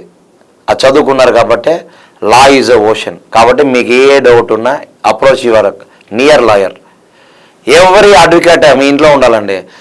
ఎవరి యాపిల్ మీ ఇంట్లో డాక్టర్ అంటారుగా, కాదు, ఎవరి అడ్వకేట్ మీ ఇంట్లో యాపిల్. మీరు హ్యాపీగా ఉండాలనుకుంటే ఒక అడ్వకేట్ మీ ఇంట్లో ఉండాలి. అది ఫ్యామిలీ ఫ్రెండ్ అయినా ఉండొచ్చు, హైర్ చేసుకున్న అడ్వకేట్ అయినా అవ్వచ్చు. అది తెలుసుకొని మీకు వెళ్తే మీకు డ్యామేజ్ జరగదండి. చాలామందికి ఏంటంటే ల్యాక్ ఆఫ్ నాలెడ్జ్. అంటే నాలెడ్జ్ లేకపోవడం వల్ల waste of court times, waste of police station times జరుగుతూ ఉంది. ఈ మధ్య నిన్న మొన్న కూడా చూశాను. ఒక అతను అంటే కోర్టులో తెలుసుకుంటాం, అది చాలా సిల్లీగా చెప్తున్నారు.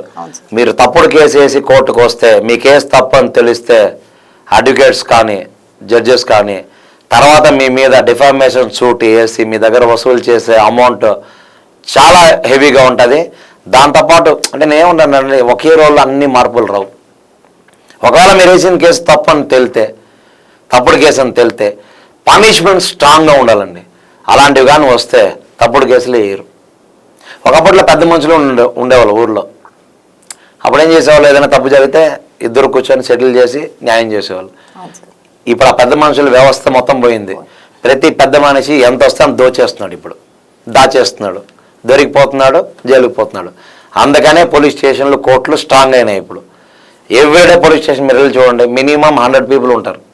కోర్టుకు వెళ్ళి చూడండి, మినిమం 1000 people ఉంటారు. 10 times ఎందుకు ఉన్నారు అంటే కోర్టులు కానీ పోలీస్ స్టేషన్లు కానీ మాత్రమే మీకు న్యాయం చేస్తుంది. అంటే ఇంక పెద్ద మనుషులు లేదు. చాలామంది మీడియేటర్స్ కింద యాక్ట్ చేస్తున్నారండి. They are not mediators. Mediators రోలే లేదు. ఏం అన్యాయం జరిగినా పోలీస్ స్టేషన్కి వెళ్ళాలి, కోర్టుకి వెళ్ళాలి. ఆ 2 చోట్ల మాత్రం మీకు న్యాయం జరుగుతుంది. అలా అని ప్రతి దానికి కోర్టుకి పోలీస్ స్టేషన్కి వెళ్ళి అంటే తప్పుడు కేసులు వెళ్ళద్దనేది నా ఒక ఒపీనియన్. ఓకే. అండ్ సార్ ఇంకొకటి, ఇప్పుడు లోవర్ కోర్ట్స్, హై కోర్టు అనే వేరియేషన్స్ ఏంటి అని అడుగుతున్నారు. సార్ ఏం లేదండి, లోయర్ కోర్ట్స్ అంటే మీకు దగ్గరలో ఫస్ట్ ట్రయల్ కోర్ట్ ఉంటుందండి. లోయర్ కోర్ట్ కాదు, ట్రయల్ కోర్ట్. అంటే మీకు ఏదైనా అన్యాయం జరిగితే ఆ కోర్టులో కేసు వేస్తే పోలీస్ స్టేషన్లో ఎఫ్ఐఆర్ అయితే కోర్టుకి వెళ్తుంది. ఆ కోర్టులో ట్రయల్ నడుస్తుంది. అది ఎన్ని రోజులు నడుస్తుంది అనేది మీరు నేను చెప్పలేము. Description of the court and material evidence మీరు ఇచ్చేదాన్ని బట్టి. లోవర్ కోర్ట్ అన్న డిస్ట్రిక్ట్ కోర్ట్ అన్న వన్ ఎట్ ద సేమ్ అంటారా? డిస్ట్రిక్ట్ కోర్టులో కూడా అండి జూనియర్ సివిల్ జడ్జ్ కోర్ట్స్ అని ఉంటుంది. First senior civil judge courts అని ఉంటుంది, తర్వాత డిస్ట్రిక్ట్ జడ్జ్ కోర్ట్స్ ఉంటుంది, తర్వాత హైకోర్ట్స్, తర్వాత సుప్రీంకోర్టు. ఫస్ట్ అంటే ప్రొసీజర్ చెప్తా అంటే మీకు ఏదైనా ప్రాబ్లం వస్తే ఫస్ట్ మీరు పోలీస్ స్టేషన్కి వెళ్తే సబ్ ఇన్స్పెక్టర్ని కలవాలి, ఎస్ఐ, ఎందుకంటే ఆయన ఫీల్డ్లో బాగుంటాడు కాబట్టి. ఎస్ఐ తర్వాత సిఐ సర్కిల్ ఇన్స్పెక్టర్, ఆ తర్వాత ఏసీపీ, డీసీపీ, సిపి, ఈ లెవెల్స్ ఎలా అయితే ఉంటుందో సేమ్ కోర్ట్స్ కూడా అలానే ఉంటుంది. సపోజ్ సివిల్ సూట్ అనుకోండి, 5 lakhs అండ్ బిలో ఉంటే junior civil judge court example. And 5 lakhs above ఉంటే senior civil judge, 10 lakhs above ఉంటే డిస్ట్రిక్ట్ కోర్ట్. అంటే వేరియేషన్స్ ఉంటుంది, ఇంత అమౌంట్కి ఇంత అని. ఆ కోర్ట్స్ మాత్రమే జ్యూరిడిక్షన్ పవర్స్ వస్తాయి. ఎగ్జాంపుల్ అండి, ఎగ్జాంపుల్ చెప్తాను చాలా ఈజీగా అర్థం అవడానికి. ఒక చిన్న పిల్లోడు, ఒక 5 years పిల్లోడు, అతని నెత్తిన 10 kgs బరువు పెడితే మొయ్యలేడు. అదే అతని నెత్తిన ఒక 1/2 kilo పెడితే ఈజీగా మోస్తాడుగా, చాలా ఈజీ. అలానే కోర్స్ కూడా క్వాంటమ్ అంటే అదే బరువు యొక్క క్వాంటమ్ ఆఫ్ ద కేసు తక్కువ ఉందనుకో కింద కోర్టులో ఉంటుంది. అదే క్వాంటమ్ ఆఫ్ కేసు ఎక్కువ ఉందనుకో పెద్ద కోర్టు ఇంకా ఎక్కువ ఉంటుంది. అప్పీలెంట్ కోర్ట్స్ అంటారు. ఫైనల్గా హైకోర్టు డైరెక్ట్గా కేసు లేదు. కింద కోర్ట్స్లో మీకు న్యాయం జరగకపోయినా, కింద కోర్టులో మీకు న్యాయం జరిగింది అది న్యాయం కాదు అనిపించినా మీరు హైకోర్టుకి వెళ్ళొచ్చు. అది అప్పీలెంట్ కోర్ట్స్. హైకోర్టులో కూడా మీకు న్యాయం జరగలేదు అనిపిస్తే సుప్రీంకోర్టుకి వెళ్ళొచ్చు. That is the final court. Supreme court కూడా ఏం చేస్తుంది, మళ్ళీ లోయర్ కోర్టుకే చెప్తుంది, ట్రయల్ కోర్టుకి. అంటే కింద ఉన్న లోయర్ కోర్టుకే. అందరూ లోయర్ కాదండి, ట్రయల్ కోర్ట్. అంటే ట్రయల్ నడుస్తుంది ఆ కోర్టులో. మీకు జరిగింది కరెక్టా కాదా, నిజమా కాదా చేసే కోర్టుని ట్రయల్ కోర్ట్ అంటారు. ఆ కోర్టుకే మళ్ళీ టైం ఇస్తుంది, స్పెసిఫిక్ టైంలో ఈ కేసు క్లోజ్ చేయండి. అది అంటే వేరియేషన్స్ ఆఫ్ కోర్ట్స్. సార్ ఇప్పుడు ఈ మధ్యకాలంలో కూడా డైవర్స్ అనేది కూడా ఒక ట్రెండింగ్గా మారిపోయింది. అంటే మ్యూచువల్ డైవర్స్ అంటూ పెళ్లి చేసుకున్న సంవత్సరానికో 2 సంవత్సరాలకో అండర్స్టాండింగ్ లేదంటూ వాళ్ళ మధ్యలో ఫైనాన్షియల్గా కానీ ఏ దానికైనా మ్యూచువల్ డైవర్స్ అని తీసుకుంటున్నారు. నార్మల్గా భార్యాభర్తల గొడవలు అవుతే అది కూడా డైవర్స్కే వెళ్తుంది. దానికి ఈ మ్యూచువల్ డైవర్స్కి డిఫరెన్స్ ఏముంటుంది సార్? మామూలుగా భార్యాభర్తలు గొడవ అయితే భార్య కూడా డైవర్స్ కేసు వేసుకోవచ్చు, భర్త కూడా డైవర్స్ కేసు వేసుకోవచ్చు. Section 13B. సపోజ్ మీరిద్దరు కలిసి అసలు మేమిద్దరు ఉండదలుచుకోలేదు, ఇద్దరు కలిసి వెళ్ళిపోతామంటే మ్యూచువల్గా వేసేసుకోవచ్చు. మ్యూచువల్కిను సపరేట్గా వేసిన దానికి తేడా ఏంటంటే, మ్యూచువల్గా వేసుకుంటే మీకు సమ్ టైంలో మీకు డైవర్స్ వచ్చేస్తుంది. ఎందుకంటే ఇద్దరు ఇష్టపడి విడిపోతున్నారు కాబట్టి కోర్సు కూడా ఇమీడియట్గా మీ ఇద్దరికి ఇచ్చేస్తుంది. ఏ ఒక్కరు వెళ్ళేసినా ఇంకొకరికి సమన్ వెళ్తుంది, సేమ్ మళ్ళీ నోటీస్ వెళ్తుంది, కోర్టు నుంచి సమన్ వెళ్తుంది. వాళ్ళు కోర్టుకు రావాలి, వీళ్ళ సాక్ష్యాలు వాళ్ళ సాక్ష్యాలు, సమ్ ఇయర్స్ పడుతుంది మీరు ఇచ్చే సాక్ష్యాలను బట్టి విడిపోవడానికి. చాలామంది ఎందుకు కోర్ట్స్ అంత టైం ఇస్తుంది అంటే, ఏదో జడ్జెస్కి టైం లేకనో లేదా మిమ్మల్ని తిప్పించాలనో కోర్టుకి ఉండదు. కనీసం ఆ సమయంలో మీరు మారుతారేమో అని నెక్స్ట్ వాయిదా కనీసం అంటే గ్యాప్ టైం ఎక్కువ ఇస్తే. సపోజ్ ఇప్పుడు మన ఇద్దరు గొడవ అయిందండి, ఇన్స్టెంట్ అంటారు దాన్ని, ఇమీడియట్గా కోపం వస్తుంది నాకు మీ మీద, మిమ్మల్ని నేను కొట్టాలనిపిస్తుంది లేదా మీరు నన్ను కొట్టాలనిపిస్తుంది. అదే ఒక హాఫ్ అన్ అవర్ కూల్ అయిపోతే ఆటోమేటిక్గా ప్రెజర్ తగ్గుతుంది, కొంచెం సాటిస్ఫై అవుతారు. అలానే అవర్స్ తగ్గితే మీకు అసలు గొడవ సంగతి మర్చిపోతారు, అప్పుడు ఇద్దరు ఫ్రెండ్స్ అయిపోతారు. కోర్టు యొక్క సిస్టమ్ కూడా అదే, అందుకనే డేట్స్ ఇస్తారు ఫస్ట్. ఈ డేట్స్ లోపల మళ్ళీ ఏమైనా కలుస్తారేమో, కలిస్తే ఇద్దరు కలిసిపోతారేమో అని. దాన్ని ఏమంటారంటే కోర్టు మొత్తం మా టైం వేస్ట్ చేస్తుంది, మమ్మల్ని తిప్పుతున్నారు, మీరే కేసులు వేస్తారు, మీరే తిరుగుతారు, మళ్ళీ మీరే కోర్టు మిమ్మల్ని ఎవరు రమ్మన్నారు కోర్టుకి? మీకు ప్రాబ్లం వచ్చిందని కోర్టుకు వచ్చారు, మరి మీ ప్రాబ్లం సొల్యూషన్ ఎవరు ఇస్తారు? కోర్టు ఇస్తుంది. ఒకే రోజులో ఇచ్చేదిగా. సపోజ్ మీరు ఫస్ట్ క్లాస్ జాయిన్ అయినారండి, సంవత్సరం రోజులు చదివితేనే సెకండ్ క్లాస్ వస్తుంది. నేను జాయిన్ అయిపోయినా సెకండ్ క్లాస్ ఇచ్చేయంటే, థర్డ్ క్లాస్ ఇచ్చేయంటే అవదుగా. సేమ్ కోర్టు యొక్క జ్యూరిడిక్షన్ టైం. ఇప్పుడు మ్యూచువల్ లోనేమో అండర్స్టాండింగ్ పైన ఇచ్చేస్తారు 90 days లో, మాక్సిమం 30 days మీరు ఫైలింగ్ అయిన తర్వాత 90 days లో. అండ్ ఇది ఏమో వీళ్ళకి మామూలుగా వీళ్ళ భార్య భర్తలు ఇద్దరు సపరేట్ గా కేసు వేయడం వల్ల హియరింగ్స్ అనేవి ఉంటూ ఉంటాయి కదా yes, sir? Lot of hearings ఉంటుందండి, లాట్ ఆఫ్ ఆపర్చునిటీస్. అంటే మీరు కేసు, సపోజ్ ఎగ్జాంపుల్ మీరే మీ హస్బెండ్ మీద కేసు వేశారు, ఏమని నాకు ఇంత ఉండో ఇష్టం లేదు, ఏదో ఒక రీజన్ వల్ల. మీరు వేసిన తర్వాత ఏం చేయాలి, ఎందుకో రీజన్ అనేది అతనికి నోటీసు పేపర్స్ వెళ్తాయి కోర్టుకి, అతను వస్తాడు. వచ్చిన తర్వాత మీరు ఇచ్చిన ఎవిడెన్స్ కరెక్ట్ కాకపోతే అతను ఎవిడెన్స్ చేస్తాడు, మళ్ళీ మీరు ఎవిడెన్స్ చేయొచ్చు, ఫర్దర్ మళ్ళీ ఆయన వేయచ్చు, దాన్ని క్రాస్ చేయాలి, మళ్ళీ మిమ్మల్ని క్రాస్ చేయాలి. ఇవన్నీ లాట్ ఆఫ్ టైం పట్టే ఇది కాబట్టి టైం చాలా అవుతుంది. మ్యూచువల్ ప్రొసీడ్ అయ్యే వాళ్ళు ఎలా అంటే చాలా ఈజీగా ఉంటుంది. మ్యూచువల్ అంటే ఇద్దరు అంగీకారం అండి, ఇద్దరు అంగీకారం అంటే అది కూడా పేపర్ త్రూ వెళ్తుందా, వాళ్ళకి హియరింగ్స్ ఉంటాయి? డెఫినెట్లీ ఉంటుంది. 3-4 హియరింగ్స్ ఉంటాయి. ఫస్ట్ మీరు ఫైల్ చేసిన రోజు, ఫైలింగ్ అయిన తర్వాత ఇద్దరు కలిసి జడ్జి గారి దగ్గరికి వెళ్ళి ఒక నెంబర్ అవుతుంది, మీ ఇద్దరు కలిసి చేశారంటే ఎస్, ఇద్దరు కలిసి చేసామంటే మీ ఇద్దరిని ఆధార్ కార్డులు, మీరు వేసిన వెడ్డింగ్ కార్డులు, మీరు వేసిన ఫోటోగ్రాఫ్స్ అవన్నీ చూసి ఓకే మీరిద్దరు అక్కడికి వచ్చారని ఒక లాయర్ ద్వారా అప్రోచ్ చేయాలని. మ్యూచువల్ ఒకే లాయర్ ఇద్దరికి చేయొచ్చు, లేదా ఇద్దరు లాయర్ని పెట్టుకొని కూడా చేయొచ్చు. అది వేసిన తర్వాత మీకు నెంబర్ అవుతుంది మ్యూచువల్ డైవర్స్కి. ఎఫ్సిఓపి అంటే family court, OP original petition అంటారు. ఫ్యామిలీ కోర్ట్ ఒరిజినల్ పిటిషన్ అది వేసిస్తారు మీరు. ఆ తర్వాత ఏమవుతుంది, నెక్స్ట్ ఇంకో డేట్ ఇస్తారు మీకు, ఆ డేట్లో మీరు రావాలి. వచ్చిన తర్వాత మీ దగ్గర ఉన్న సాక్ష్యాలంతా మార్కింగ్ అవుతుంది, మార్కింగ్ ఆఫ్ డాక్యుమెంట్స్ అంటారు, మీరు ఏమైతే వేసారు. ఆ తర్వాత జడ్జి గారు మిమ్మల్ని అడుగుతారు, మీరు విడిపోతుంది నిజమేనా, ఎందుకు విడిపోతున్నారు, ఇప్పటికీ కలిసే ఛాన్స్ ఏమన్నా ఉందా. మ్యాక్సిమం కోర్ట్స్ మిమ్మల్ని కలపడానికే ట్రై చేస్తుంది, అందుకని ఆ పీరియడ్ ఆ 3-4 కూడా. ఆ తర్వాత లేదు సార్ మాకు ఇప్పుడు కూడా మేము కలవలేకపోతున్నాం, సో భరణం ఏమైనా తీసుకున్నారా, అమ్మాయి ఏమైనా ఇచ్చిందా, ఇచ్చితే ఆ భరణం మీరు ఇచ్చేస్తున్నారా, ఒకవేళ ఇంకా ఏమన్నా అమ్మాయి అడుగుతుందా, అడిగితే ఒకవేళ నిజంగా కోర్టు ఇప్పించవచ్చు అంటే అది కూడా వాళ్ళకి ఇప్పిస్తుంది, ఇప్పించేసి నెక్స్ట్ వాయిదాకి క్లోజ్ అయిపోతుంది. మ్యాక్సిమం 3-4 సిట్టింగ్స్లో అయిపోతుంది మ్యాక్సిమం, ఎందుకు మ్యూచువల్ కాబట్టి. మధ్యలో మళ్ళీ మ్యూచువల్ వేసిన కూడా అబ్బాయిలు మారింది కూడా ఉంది, అంటే సిచ్యువేషన్స్ వల్ల. ఎందుకు ఆ రోజు ఇద్దరికి ఇమ్మీడియట్గా ఇన్స్టెంట్ కాఫీ లాగా, ఇన్స్టెంట్ కాఫీ ఈజీగా ఉంటుందండి, కానీ చాలా డేంజరస్. ఇన్స్టెంట్ లైఫ్ కూడా చాలా డేంజరస్. ఒకే రోజు పెళ్లి చేసుకుంటారు, సెకండ్ డేకి డైవర్స్. అసలు మీరు పెళ్ళి ఎందుకు చేసుకోవాలనుకున్నారో ఫస్ట్ ఆలోచించండి, అసలు డైవర్స్ ఎందుకు తీసుకుంటున్నారో ఆలోచించండి, అసలు ఎందుకు విడిపోవాలనుకున్నారు, ఎందుకు పెళ్లి చేసుకున్నారు. మీరు పెళ్ళి అంటే ఒక రోజు కాదండి, లైఫ్ లాంగ్. తాళి కట్టేటప్పుడు ఏం చెప్తారు మీరు విన్నారా, ధర్మేచ అద్దేచ కామేచ మోక్షేచ నాతిచారు, మీతోనే ఉంటాను అంటే ధర్మానికి కట్టుబడతాను, అన్నీ చేస్తాను, నీకేం కావాలో అన్నీ నేను చూసుకుంటాను, చనిపోయే చివరి క్షణం వరకు నీతోనే ఉంటాను అనే కదా పెళ్లి చేసుకున్నారు. మళ్ళీ మ్యూచువల్గా ఎందుకు తీసేసుకున్నారండి, అంటే ఈ అమ్మాయిలో అందం మీకు నచ్చలేదా, లేదా ఆ అబ్బాయిలో అందం మీకు నచ్చలేదా, ఈ అమ్మాయికి డబ్బు లేదా, ఆ అబ్బాయికి డబ్బు లేదా, ఎందుకు నచ్చలేదు. ఆ రోజు నచ్చింది, ఇమ్మీడియట్గా నెలలో ఎందుకు నచ్చట్లేదు, 3 నెలలు ఎందుకు నచ్చట్లేదు. మెయిన్ గా వచ్చేది ఫైనాన్షియల్ గా కూడా ఫిట్ గా ఉండడం వల్ల కూడా ఎవరి ఈగోస్ వాళ్ళకు ఉంటున్నాయి సార్ ఈ మధ్యకాలంలో. ఫైనాన్షియల్ గా ఫిట్, నువ్వు ఫైనాన్షియల్ గా ఫిట్. భార్యాభర్తలు ఇద్దరు అంటే nothing but black and white TV లాగా ఉండాలి, సన్ అండ్ మూన్ లాగా ఉండాలి. సన్ 12 అవర్స్ పనిచేస్తే మూన్ 12 అవర్స్ పనిచేస్తుంది, అలా ఉంటేనే మీరు కలిసి ఉంటారు. లేదండి అంటే విడిపోతారు. డబ్బులు మీరు అన్నారు చాలా కరెక్ట్ పాయింట్, అది ఫైనాన్షియల్ ఎంత కావాలండి మనిషి బతకడానికి. ఒక సపోజ్ నాన్ వెజ్ తింటే ఒక చికెన్ బిర్యానీ కాస్ట్లీ హోటల్లో తింటే 1000 రూపాయలు అండి, నెలకు 30,000 ఉంటే బ్రహ్మాండంగా ఫ్యామిలీ తినేయచ్చు, ఫ్యామిలీ ప్యాక్, అంతేనా. అలానే గంజి దాకా కూడా బతికిపోవచ్చు. 1 కిలో 2 రూపాయల బియ్యం అమ్ముతున్నారు అప్పుడు, ఇంతకుముందు. సరే ఇప్పుడు 10, 12, 14 ఎంతో ఉంటుంది, సరే 30 రూపాయలు బియ్యం అనుకోండి, అది వచ్చి బాగా నూరేస్తే గంజి దొరుకుతుంది, అది దాకా కూడా బతకచ్చు. మీరు అమ్మాయితో ఎలా బతకాలనేది డిసైడ్ చేయండి, అప్పుడు హ్యాపీగా లైఫ్ ఉంటుంది. గంజి దాగా మ్యూచువల్ డైవర్స్ కంటే mutual understanding is very important. మీరు ఎప్పుడైతే మ్యూచువల్ అండర్స్టాండింగ్ అవుతారో మ్యూచువల్ డైవర్స్ సమస్య రాదు, అసలు డైవర్స్ సమస్య రాదు. కానీ మీరేమనుకుంటారంటే అందంగా ఉండే అమ్మాయి కావాలి అనుకుంటారు, ఫస్ట్ అమ్మాయిని పెళ్లి చేసుకుంటారు. ఆ రోజుకి అమ్మాయి అందం కనపడుతుంది మీకు, ఆ తర్వాత తెలుస్తుంది మందంగా కనపడుతుందని, తప్పది.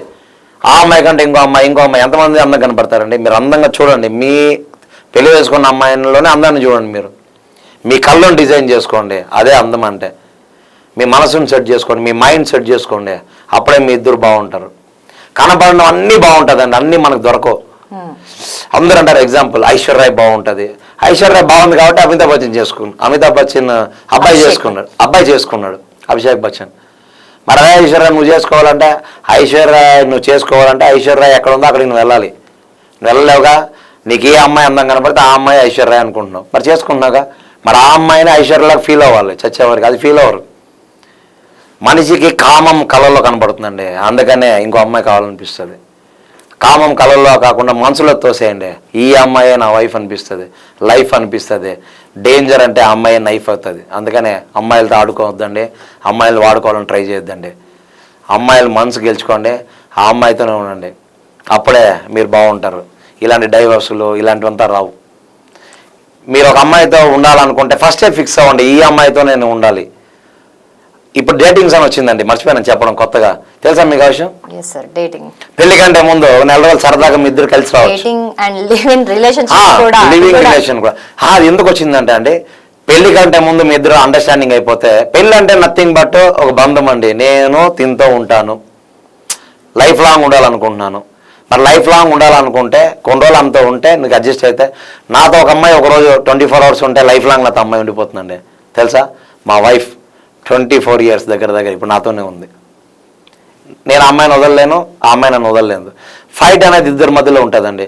నాకు కనబడే అమ్మాయి అంతా అందంగా కనపడుతుంది, అలానే నేను వెళ్ళి ఐ లవ్ యూ అనొచ్చు, తప్పేముందండి. All Indians are my brothers and sisters అని చిన్నప్పటి నుంచి చెప్తున్నారు. కానీ ఆ చెప్పే దీంట్లో కొంచెం చేంజ్ అవ్వాలండి. ఆల్ ఇండియన్స్లో ఒక ఇద్దరు ముగ్గురిని తీసేయమని అన్నది. ఎందుకంటే లవర్స్ ఉండొచ్చు, ఒక వైఫ్ ఉండొచ్చు. ఇద్దరు ముగ్గురిని ఎందుకంటానంటే, ఒక అమ్మాయికి డైవర్స్ ఇచ్చి 2 అమ్మాయిని చేసుకుంటారు, ఆ అమ్మాయి డైవర్స్ 3 అమ్మాయిని చేసుకుంటారు. ఆ ఇద్దరు ముగ్గురిని తీసేసి మీతో అందరిని చెప్పండి. మనం బేస్ చెప్పేదే తప్పు చెప్పిస్తాం చిన్నప్పటి నుంచే. పెద్దవాళ్ళకి ఎక్కడ కరెక్ట్ అవుతుందండి, మొక్కై వందని మానై వంగదు అంటారు. అర్థమైందా మీకు? చిన్న మొక్క అనుకోండి, ఎటు కాబట్టి అటు వంగుతుంది. లావుగా ఉండేదాన్ని మీరు వంచలేరు, మీరు వంగిపోవాలి తప్ప, అది వంగదు. అందుకే చిన్నప్పుడు చెప్పేటప్పుడు కరెక్ట్గా చెప్పండి, ఆ మైండ్లో అదే ఫిక్స్ అవుతుంది. నాకు చిన్నప్పటి నుంచి ఆల్ ఇండియన్స్ బ్రదర్స్ సిస్టర్స్ అంటే నేను మనసులో అనుకోండి, ఎక్సెప్ట్ 3-4 అనుకునేవాడిని.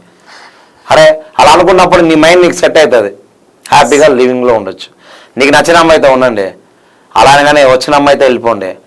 అలా అని ఏది పడితే అది చేస్తే సావు దగ్గరికి వస్తే సచిన అమ్మాయితో ఉండాల్సి వస్తుంది. బాగా చెప్పానా? అండ్ ఇంకోటి జనరల్ క్వశ్చన్ సార్, కాలర్ వేసుకుంటారు కదా లాయర్స్, అది దేనికి సూచనగా చెప్తారు సార్? బ్యాండ్ దేనికి వేసుకుంటారండి? మంచి మనసు ఉండాలి. ఈ వైట్గా ఎలా అయితే 2 రెక్కల్లాగా ఉందో, మీ లైఫ్ కూడా, ఇద్దరు లైఫ్ కూడా అలానే ఉండాలి. ఇద్దరు కొట్టుకొని కోర్టుకొస్తే ఇద్దరు విడిపోకూడదు, కలిసే ఉండాలి అని నేను అనుకుంటున్నానండి.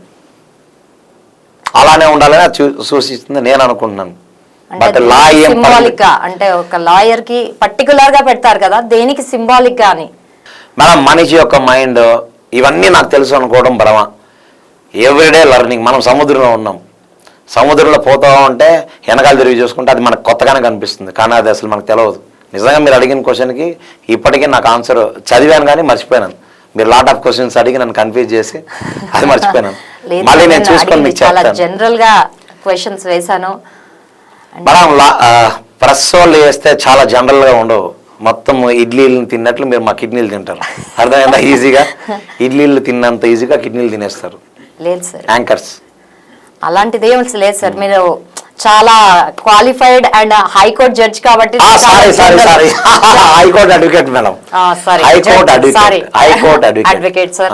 సారీ మేడం, నేనేమన్నానంటే ఫస్ట్ మేము చదువుకొని పాస్ అవుతాం, చదివేటప్పుడు ఒక 3 years చదువుతాం LLB, తర్వాత కేసులు చేస్తూ ఉంటాం, అప్పుడు చదువుకుంటూ ఉంటాం. మేము ఎప్పుడో స్టార్టింగ్లో చదువుకుంది మళ్ళీ మీరు ఇప్పుడు అడిగితే నాలాంటి వాళ్ళకి చాలా బాధ వేస్తుంది. అందుకని తెలిసినా తెలవనట్టు నటిస్తాను. నేను తెలిసినా చెప్పను, మీరు తెలుసుకోండి. యూట్యూబ్ అని ఒకటి ఉంటుంది, గూగుల్ అని ఒకటి ఉంటుంది, దాంట్లో వెళ్ళి అడగండి, చాలా ఈజీగా తెలిసిపోతుంది. అంటే మీరు మళ్ళీ నా మెమరీ టెస్ట్ చేయడానికి అడుగుతున్నారు. మెమరీ టెస్ట్ అని కాదు, మాలాంటి వాళ్ళకి కూడా తెలిసి ఉండాలి కదా సార్. అందుకనే గూగుల్ అని ఒకటి ఉంది, దాంట్లోకి వెళ్ళి కొట్టండి, ఈజీగా తెలిసిపోతుంది. తెలుసుకొని అప్పుడు నేను అడగండి. మీకు అప్పుడు స్ట్రాంగ్ గా చెప్తున్నారు సార్ ఆన్సర్స్. నేను కూడా గూగుల్లో చూసే చెప్తానండి, లేదంటే నాకు కూడా మా వాళ్ళు ఎవరో చూస్తారు కదా, అది చూసే చెప్తాను నేను. బ్యాండ్ అనేది మేడం చెప్పాను, ఇందాక కూడా మీకు చెప్పాను. నాకు తెలిసి ఎందుకు చెప్పలేదంటే ఆ మేడం కన్నా గుర్తుందా అని అడిగాను. ఇన్నోసెన్స్ అంటే నాకు ఏమీ తెలియదు అని అనుకున్నారు, కాదు. ఇన్నర్ సెన్స్ అన్నీ నాకు తెలుసు, అంటే మీరు ఏం చేసినా మాకు తెలిసిపోతుంది. కాబట్టి మేము అది వేసుకొని ఇన్నోసెన్స్ లాగా మీకు కనపడి మీకు న్యాయం చేస్తాం. మీరేం చెప్తే అది మేము నమ్ముతామండి, అంతేనా? మీరేం చెప్తే అది ఎందుకు నమ్ముతామంటే మీకు జరిగిన ప్రాబ్లం కాబట్టి, అది మా ప్రాబ్లం కాదు కాబట్టి, మీ ప్రాబ్లం దాని తర్వాత మా ప్రాబ్లం అనుకుంటాం కాబట్టి మీకు న్యాయం చేయడానికి అన్నీ తెలిసినా ఏం తెలియనట్లు ఉంటాం. ఇన్నోసెన్స్ కి చిహ్నం అని అన్నారు మేడం. గూగుల్లో చూసారుగా. అండ్ ఫైనల్ గా ఒక క్వశ్చన్ సార్, అంటే ఇప్పుడు యూత్ చెప్పాను కదా, యాజ్ డ్రగ్స్ కి కానీ దేనికైనా డ్రంక్ అండ్ డ్రైవ్ ఇలాంటివి జరగకుండా కొన్ని ప్రికాషన్స్ తీసుకుంటూ వాళ్ళ కెరియర్ ని రూన్ చేసుకోకుండా, అంటే కోర్టులు పోలీస్ స్టేషన్ల చుట్టూ తిరగకుండా ఉండాలంటే ఏం చేయాలి సార్? యూత్ మీ గురించి క్వశ్చన్, నేను కూడా ఒకప్పుడు యూతే కాబట్టి దయచేసి మీకు అందరికీ నేను రిక్వెస్ట్ చేస్తున్నాను అనుకోండి. ఎందుకంటే కమాండ్ చేయలేను, ఎందుకంటే మీరు నా మాట, మీ అమ్మా నాన్న మాట వినరు, మీరు నా మాట ఏమి వింటారు. కానీ మీ అమ్మా నాన్న పాపం రోజు చెప్తూ ఉంటారు మీ తల్లిదండ్రులు ఏమని, బాబు తాగద్దండ్రా మానం పోతుంది, పబ్స్కి వెళ్ళొద్దండ్రా మానం పోతుంది. వినరు మనం, ఎందుకంటే ఇప్పుడు యూత్ అంత స్ట్రాంగ్ అయిపోయారుగా, ఇప్పుడు ఎంత హైజెనిక్ యూత్ అయిపోయారండి. మా టైంలో యూత్ ఉన్నప్పుడు మేము ఎలా ఉండేవాళ్ళం అంటే తల్లిదండ్రులు అంటే భయం, స్కూల్కి వెళ్ళాలంటే డ్రాయర్లు వేసుకొని వెళ్ళేవాళ్ళం అండి. ఇప్పుడు డ్రాయర్లు షార్ట్లు అంటున్నారు స్టైల్గా. అప్పట్లో ప్యాంట్లు వేసుకొని డ్రాయర్లు వేసుకొని వెళ్ళారు, ఇప్పుడు షార్ట్లు వేసుకొచ్చి వచ్చేస్తున్నారు. వాళ్ళు హైజెనిక్గా తిరుగుతున్నారు. సరే మీకు ఎలా కావాలో అలా బతుకుతున్నారు. కాకపోతే మీరు బతికే దీంట్లో మీ మదర్ ఫాదర్ యొక్క డ్యామేజ్ చూసుకోండి. ఫస్ట్ మీ లైఫ్ ఎంజాయ్మెంట్ చూస్తున్నారు, ఆ తర్వాత మీ ఫ్యామిలీ ఎంత సఫర్ అవుతున్నారు చూడట్లే కదా. అది చూడండి. పబ్స్కి వెళ్ళట్లేదు నేను చెప్పట్లేదు, వెళ్ళండి, ఎంజాయ్ చేయండి. వీకెండ్స్ ఉంది మీకోసమే ఎంజాయ్ చేయడానికి. బట్ ఆ ఎంజాయ్లో జాయ్ చేయండి, బాగుంటుంది. అలానే మీ ఫ్యామిలీని డేంజర్లో తీసుకురాకండి. నేను మీ అందరికీ ఒకటే చెప్తున్నాను, తాగండి వాగండి. మీరు తాగినప్పుడు కానీ మీరు వాగినప్పుడు కానీ ఎదుటి వాళ్ళకి డ్యామేజ్ లేకుండా ఉంటే ఎవరి వన్ హ్యాపీ. మీరు తాగినప్పుడు ఏం మాడతారో మీకు తెలియదు, అసలు నేను తాగకుండానే ఏం మాడతారో నాకే తెలియదు. దానివల్ల ఎదుటి వాళ్ళు డిస్టర్బ్ కాకూడదు. ఎదుటి వాళ్ళు డిస్టర్బ్ అయ్యారంటే ఖచ్చితంగా మనకు కాంపన్సేషన్ కట్టాల్సిందే. ఎగ్జాంపుల్ యూత్ అందరికీ నేను ఒకటే చెప్తున్నాను, మీ లైఫ్ ఇంటర్మీడియట్ స్టేజ్ నుంచి, ఇంటర్మీడియట్ అంటే ఒక మనిషి యొక్క పక్వం మారుతూ ఉంటుంది. అంటే ఇంటర్మీడియట్ అంటే ఆ స్టేజ్లో మారుతుంది. 10th వరకు ఒకలా ఉంటుంది లైఫ్, 10th నుంచి ఇంటర్ ఆ 2 సంవత్సరాల లైఫ్ ఇంకోలా ఉంటుంది, దాని తర్వాత డిగ్రీ, దాని తర్వాత లైఫ్ డిఫరెంట్. ఆ ఇంటర్మీడియట్ స్టేజ్లోనే బతకాలన్నా చెడిపోవాలన్నా, మనిషి బాగుపడాలన్నా, మనిషి నాశనం అవ్వాలన్నా మీకు అప్పుడు తెలియని ఊహలన్నీ వస్తాయి, ఆశలన్నీ. ఇప్పుడు 10thకే వస్తుంది అనుకోండి, ఒక అమ్మాయి అందంగా, అదే అమ్మాయి నా లవర్రా, పోనీ ఆ అమ్మాయి నిన్ను ఇష్టపడిందా? మరి అమ్మాయి నీకు ఇష్టం లేకుండా నువ్వు లవర్ని ఎలా ఫిక్స్ అవుతావు? ఆ అమ్మాయికి కూడా నువ్వు ఇష్టం ఉంటే అప్పుడు లవర్స్ అంటారు. వన్ సైడ్ అంటే లవర్ అంటారు, క్లవర్గా చెవులో పెట్టుకున్న ఫ్లవర్ అంటారు, అంటే వేస్ట్ కాదని మీనింగ్. ఒక అమ్మాయికి నచ్చితే ఆ అమ్మాయి వెనక వెళ్ళండి, ఒక అమ్మాయి నచ్చకపోతే ఆ అమ్మాయిని హింసించకండి. నాకు ప్రతిరోజు అందరు అమ్మాయిలు బాగా నచ్చుతారండి, అంటే బాగా కనపడతారు. వాళ్ళని బాగున్నారండి, మీరు చాలా బాగున్నారు అనండి, వాళ్ళు కూడా హ్యాపీ ఫీల్ అవుతారు. వాళ్ళ డ్రెస్ సెన్స్ తెలుసా అండి ఎలా ఉంటారు అమ్మాయిలు? వాళ్ళకి నచ్చిన డ్రెస్ వాళ్ళు వేసుకుంటారు. ఒక అమ్మాయి చెడ్డీ వేసుకుంటుంది, ఒక అమ్మాయి పంజాబీ డ్రెస్ వేసుకుంటుంది, ఒక అమ్మాయి హాఫ్ ఓని శారీ వేసుకుంటుంది. అది వాళ్ళకి నచ్చింది కాబట్టి. వాళ్ళకి నచ్చింది ఎందుకు వేసుకున్నారంటే మీరు చూసి బాగుందని ఇష్టపడతారని. ఏంటంటే ఒక అమ్మాయి డ్రెస్ వేసుకుంటే ఆ అమ్మాయి కోసం వేసుకోదు, ఆ అమ్మాయిని ఇష్టపడే అబ్బాయి కోసం వేసుకుంటుంది. ఆ అబ్బాయికి ఏం ఇష్టమో ఆ అమ్మాయి అది బయటకు వేసుకొస్తారు. మిగతా వాళ్ళకి అది ఇష్టం ఉండాల్సిన అవసరం లేదు. మీరు ఎందుకు వెళ్ళి ఆ అమ్మాయిని వెళ్ళి సతాయిస్తారు? మీరు అమ్మాయికి డ్రెస్ ఏ కంఫర్ట్ ఉంటే వేసుకుంటుందండి, అది అమ్మాయి ఇష్టం. మీరు వేసుకోవట్లే చెడ్డీలు జీన్సులు చింపేసుకొని స్టైల్లో అని అబ్బాయిలు అని అంటే ఫీల్ అవుతారు మా యూత్. నేను కూడా అబ్బాయిగా. సరే ఏ అబ్బాయి అయినా అమ్మాయి ఇష్టపడితే వాళ్ళ ఇంటికి వెళ్ళి చెప్పండి, నాలాగే వాళ్ళ ఇంట్లో వెళ్ళి ఒప్పించండి, నచ్చితే పెళ్లి చేసుకోండి, నాలాగే జాలీగా ఉండండి. 23 years ఎంజాయ్గా ఉన్నాం, జాలీగా ఉన్నాం ఇప్పటికి కూడా. సార్, పెళ్ళే కాకుండా ఒక అమ్మాయి 498A కేసు ఒక అబ్బాయి పైన పెట్టొచ్చా? ఒకవేళ పెట్టిన తర్వాత ఆ అమ్మాయి ఇంకో పెళ్లి చేసుకుంటే అది ఎలా వర్తిస్తుంది? అసలు ఫస్ట్ టైం నా లైఫ్లో ఇట్లా క్వశ్చన్ ఎక్కడ ఏం లేదు, రియల్గా కూడా ఎక్కడ చూడలేదు. 498A అంటే పెళ్ళైన తర్వాత అబ్బాయి తరపున అమ్మ కానీ నాన్న కానీ అక్క కానీ చెల్లి కానీ హరాస్మెంట్ చేస్తే, ఒకవేళ డౌరీ తీసుకొని అడిషనల్ డౌరీ హరాస్మెంట్ చేస్తే 498 పెడతారు. పెళ్ళే కాకుండా 498 పెట్టడానికే లేదు. అసలు ఆ కేసే మెయినబుల్ కాదు, పెట్టకూడదు. మీరు ఇంకో క్వశ్చన్ అడిగారు, పెళ్ళి కాకుండా కేసు పెట్టి ఆ అమ్మాయి ఇంకొక పెళ్లి చేసుకుంది అంటే అది క్రైమ్ అండి, బిగ్ క్రైమ్ అది.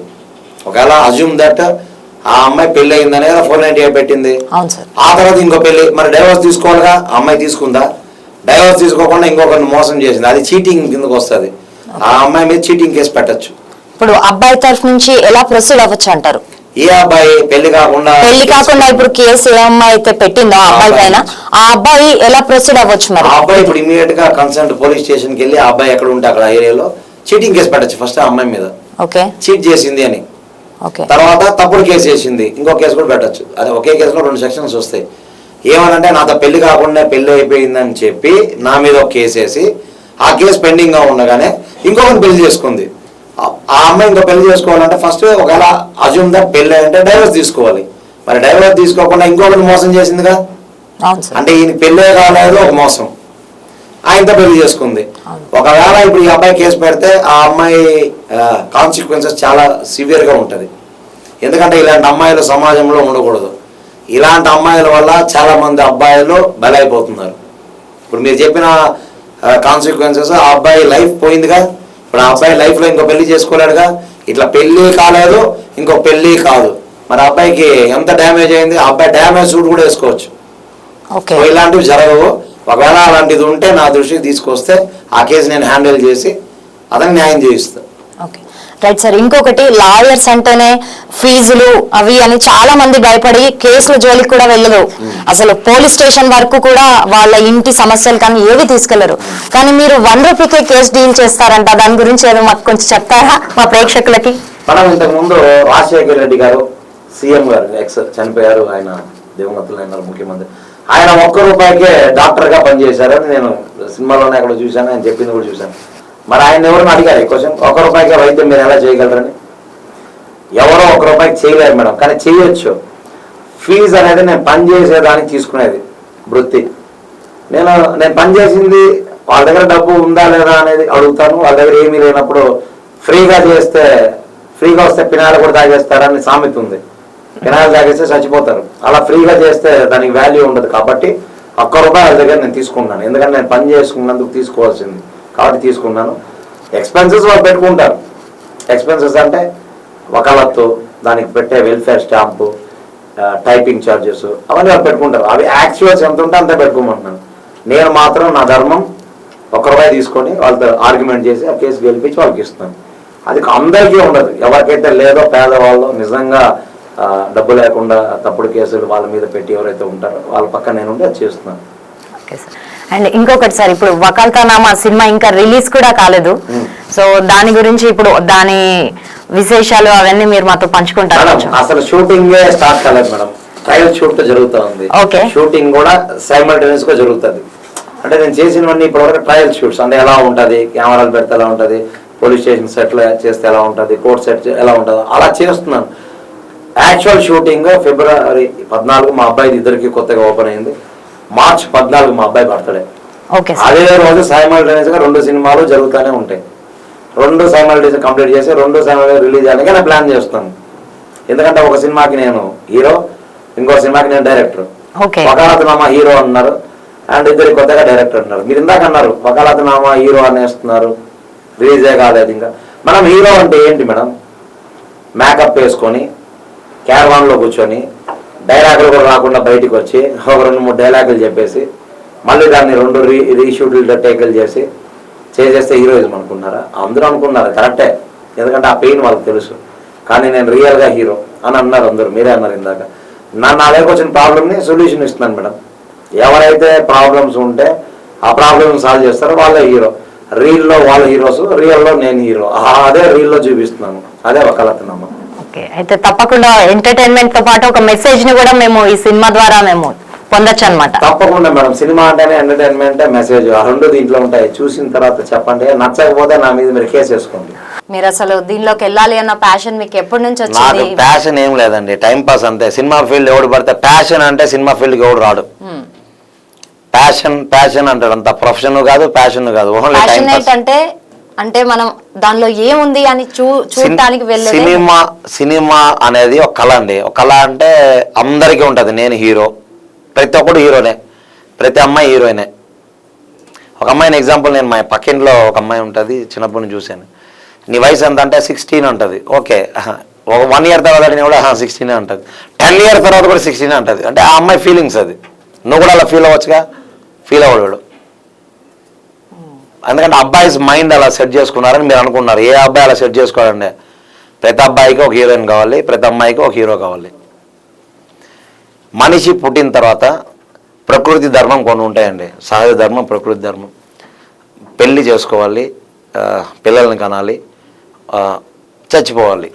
ఈ 3 ఉంటుంది. అంతే, 3 ఉంటుంది లైఫ్లో. సో ఈ సినిమాలో మేము ఏం ఎక్స్పెక్ట్ చేయొచ్చు, ఎంటర్టైన్మెంటా? ఇద్దరికి కొత్తగా మంచి లైఫ్ స్టోరీ. నేను ఆ లైఫ్ స్టోరీ నేను మా మిస్సెస్ని అంటే ఇప్పుడు మా మిస్సెస్ శ్వేతారెడ్డి, తను కూడా హైకోర్టు అడ్వకేటే. తన్ని నేను 1 year వెనకాల తిరిగి లవ్ చేశాను. ఓకే. నేను తిరిగిన ప్రతిసారి కూడా అమ్మాయి నన్ను చూసేది కాదు, కానీ ఇంక 2 అమ్మాయిలు నన్ను చూసేవాళ్ళు. చాలామంది అమ్మాయిలు చూశారనుకోండి, అది డిఫరెంట్, ఎందుకంటే హీరో కాబట్టి. కానీ నేను ఏ అమ్మాయిని చూడలేదు. ఆ అమ్మాయి కోసం ఆ అమ్మాయికి మాట ఇచ్చానని చేతిలో కర్పూరం పెట్టి కాల్చుకున్నా, బాగా చూసుకుంటా నన్ను పెళ్లి చేసుకుంటే అని. ఆ అమ్మాయి నేను ఆ అమ్మాయిని ఎలా ఒప్పించాను, ఆ అమ్మాయిని ఒప్పించాలంటే ఎన్ని కష్టాలు పడ్డాను, ఇవన్నీ నేను రివీల్ చేస్తే సినిమాలో చూడరుగా. ఆ సినిమాలో చూస్తే అర్థమవుతుంది ఒక అబ్బాయి ఒక అమ్మాయిని పెళ్లి చేసుకొని ఎలా చూసుకోవాలి. మేము మరి థియేటర్ రిలీజ్లో ఎప్పుడు ఎక్స్పెక్ట్ చేయొచ్చు ఇది? బావుడ ఒప్పుకుంటే 14th నుంచి షూటింగ్ స్టార్ట్, ఆగస్ట్లో రిలీజ్ చేయాలనుకుంటున్నాను. మా అబ్బాయే హీరో, హేమచంద్రారెడ్డిని లాంచ్ చేశాను మొన్న 14వ తేదీ. Okay, congrats sir. ఇద్దరికి కొత్తగా, ఎప్పుడన్నా గుర్తుపెట్టుకోండి, ఏ ఇద్దరికి కొత్తగానే ఉంటుంది. సపోజ్ ట్రైన్ టికెట్ తీసుకొని మేము ట్రైన్ లేకపోతే మీ ఎదుటిలో కూర్చున్న సీట్ వాళ్ళు మీకు కొత్తగానే ఉంటారు, అవునా? కాలేజీలో జాయిన్ అయినప్పుడు ఒక ఫ్రెండ్ నీకు పరిచయం అవుతాడు కొత్తగా. పోలీస్కి ఒక దొంగ పట్టుకున్నప్పుడు స్టేషన్ తీసుకెళ్ళిపోతాడు, వాళ్ళిద్దరు కొత్తగా. ఒక డాక్టర్కి ఒక పేషెంట్ హాస్పిటల్కి వెళ్తే కొత్తగా. అంటే ఏ ఇద్దరికైనా కామన్గా జరిగేదే ఇద్దరికి కొత్తగా. అదే నేను సినిమాలో చూపిస్తాను. చూసి ఫన్ ఉంటుంది, ఎంజాయ్ చేయొచ్చు, బన్ ఉంటుంది, ఇంటర్వెల్లో తినొచ్చు, హెన్ ఉంటుంది, ఈవినింగ్ తినేసి పడుకోవచ్చు. ఇద్దరికి కొత్తగా హ్యాపీగా ఉండండి, సరదాగా ఉండండి, ఎంజాయ్ చేయండి. బట్ మీ వల్ల ఎదుటి వాళ్ళని డ్యామేజ్ చేయొద్దండి. అదే ఇద్దరికి కొత్తగా. సరే సార్, మీ అమూల్యమైన సమయాన్ని మా కోసం వెచ్చించినందుకు thank you sir. Thank you అండి. మీ ఛానల్కి, మీ ఛానల్ యొక్క వ్యూవర్స్కి ధన్యవాదాలు. ఇద్దరికి కొత్తగా త్వరలో షూటింగ్ జరుగుతూ ఉంది, మీ ముందుకు వస్తుంది. మీరందరూ కూడా చూసి ఎంజాయ్ చేయండి. ఫ్రెష్గా ఉంటుంది. రిలయన్స్ ఫ్రెష్కి వెళ్ళి కొనుక్కొచ్చి ఫ్రూట్స్ తినండి. మా సినిమాకి వచ్చి ఫ్రెష్గా ఇంటికి వెళ్ళి లవ్ ఎలా చేయాలి, లవర్ని ఎలా పడేయాలి, పెళ్ళి ఎలా చేసుకోవాలి, లైఫ్ ఎలా ఉండాలి, అదే ఇద్దరికి కొత్తగా ఫ్రెష్గా ఉంటుంది. చూడండి, నచ్చితే లైక్ కొట్టండి, షేర్ కొట్టండి, సబ్స్క్రైబ్ చేయండి. ఇద్దరికి కొత్తగా. Thank you very much. నేనే డైరెక్టర్ దానికి, మా అబ్బాయి హీరో. 3 అమ్మాయిలు ఉంటారండి, చూడండి. Thank you sir. Thank you. జై శ్రీరామ్.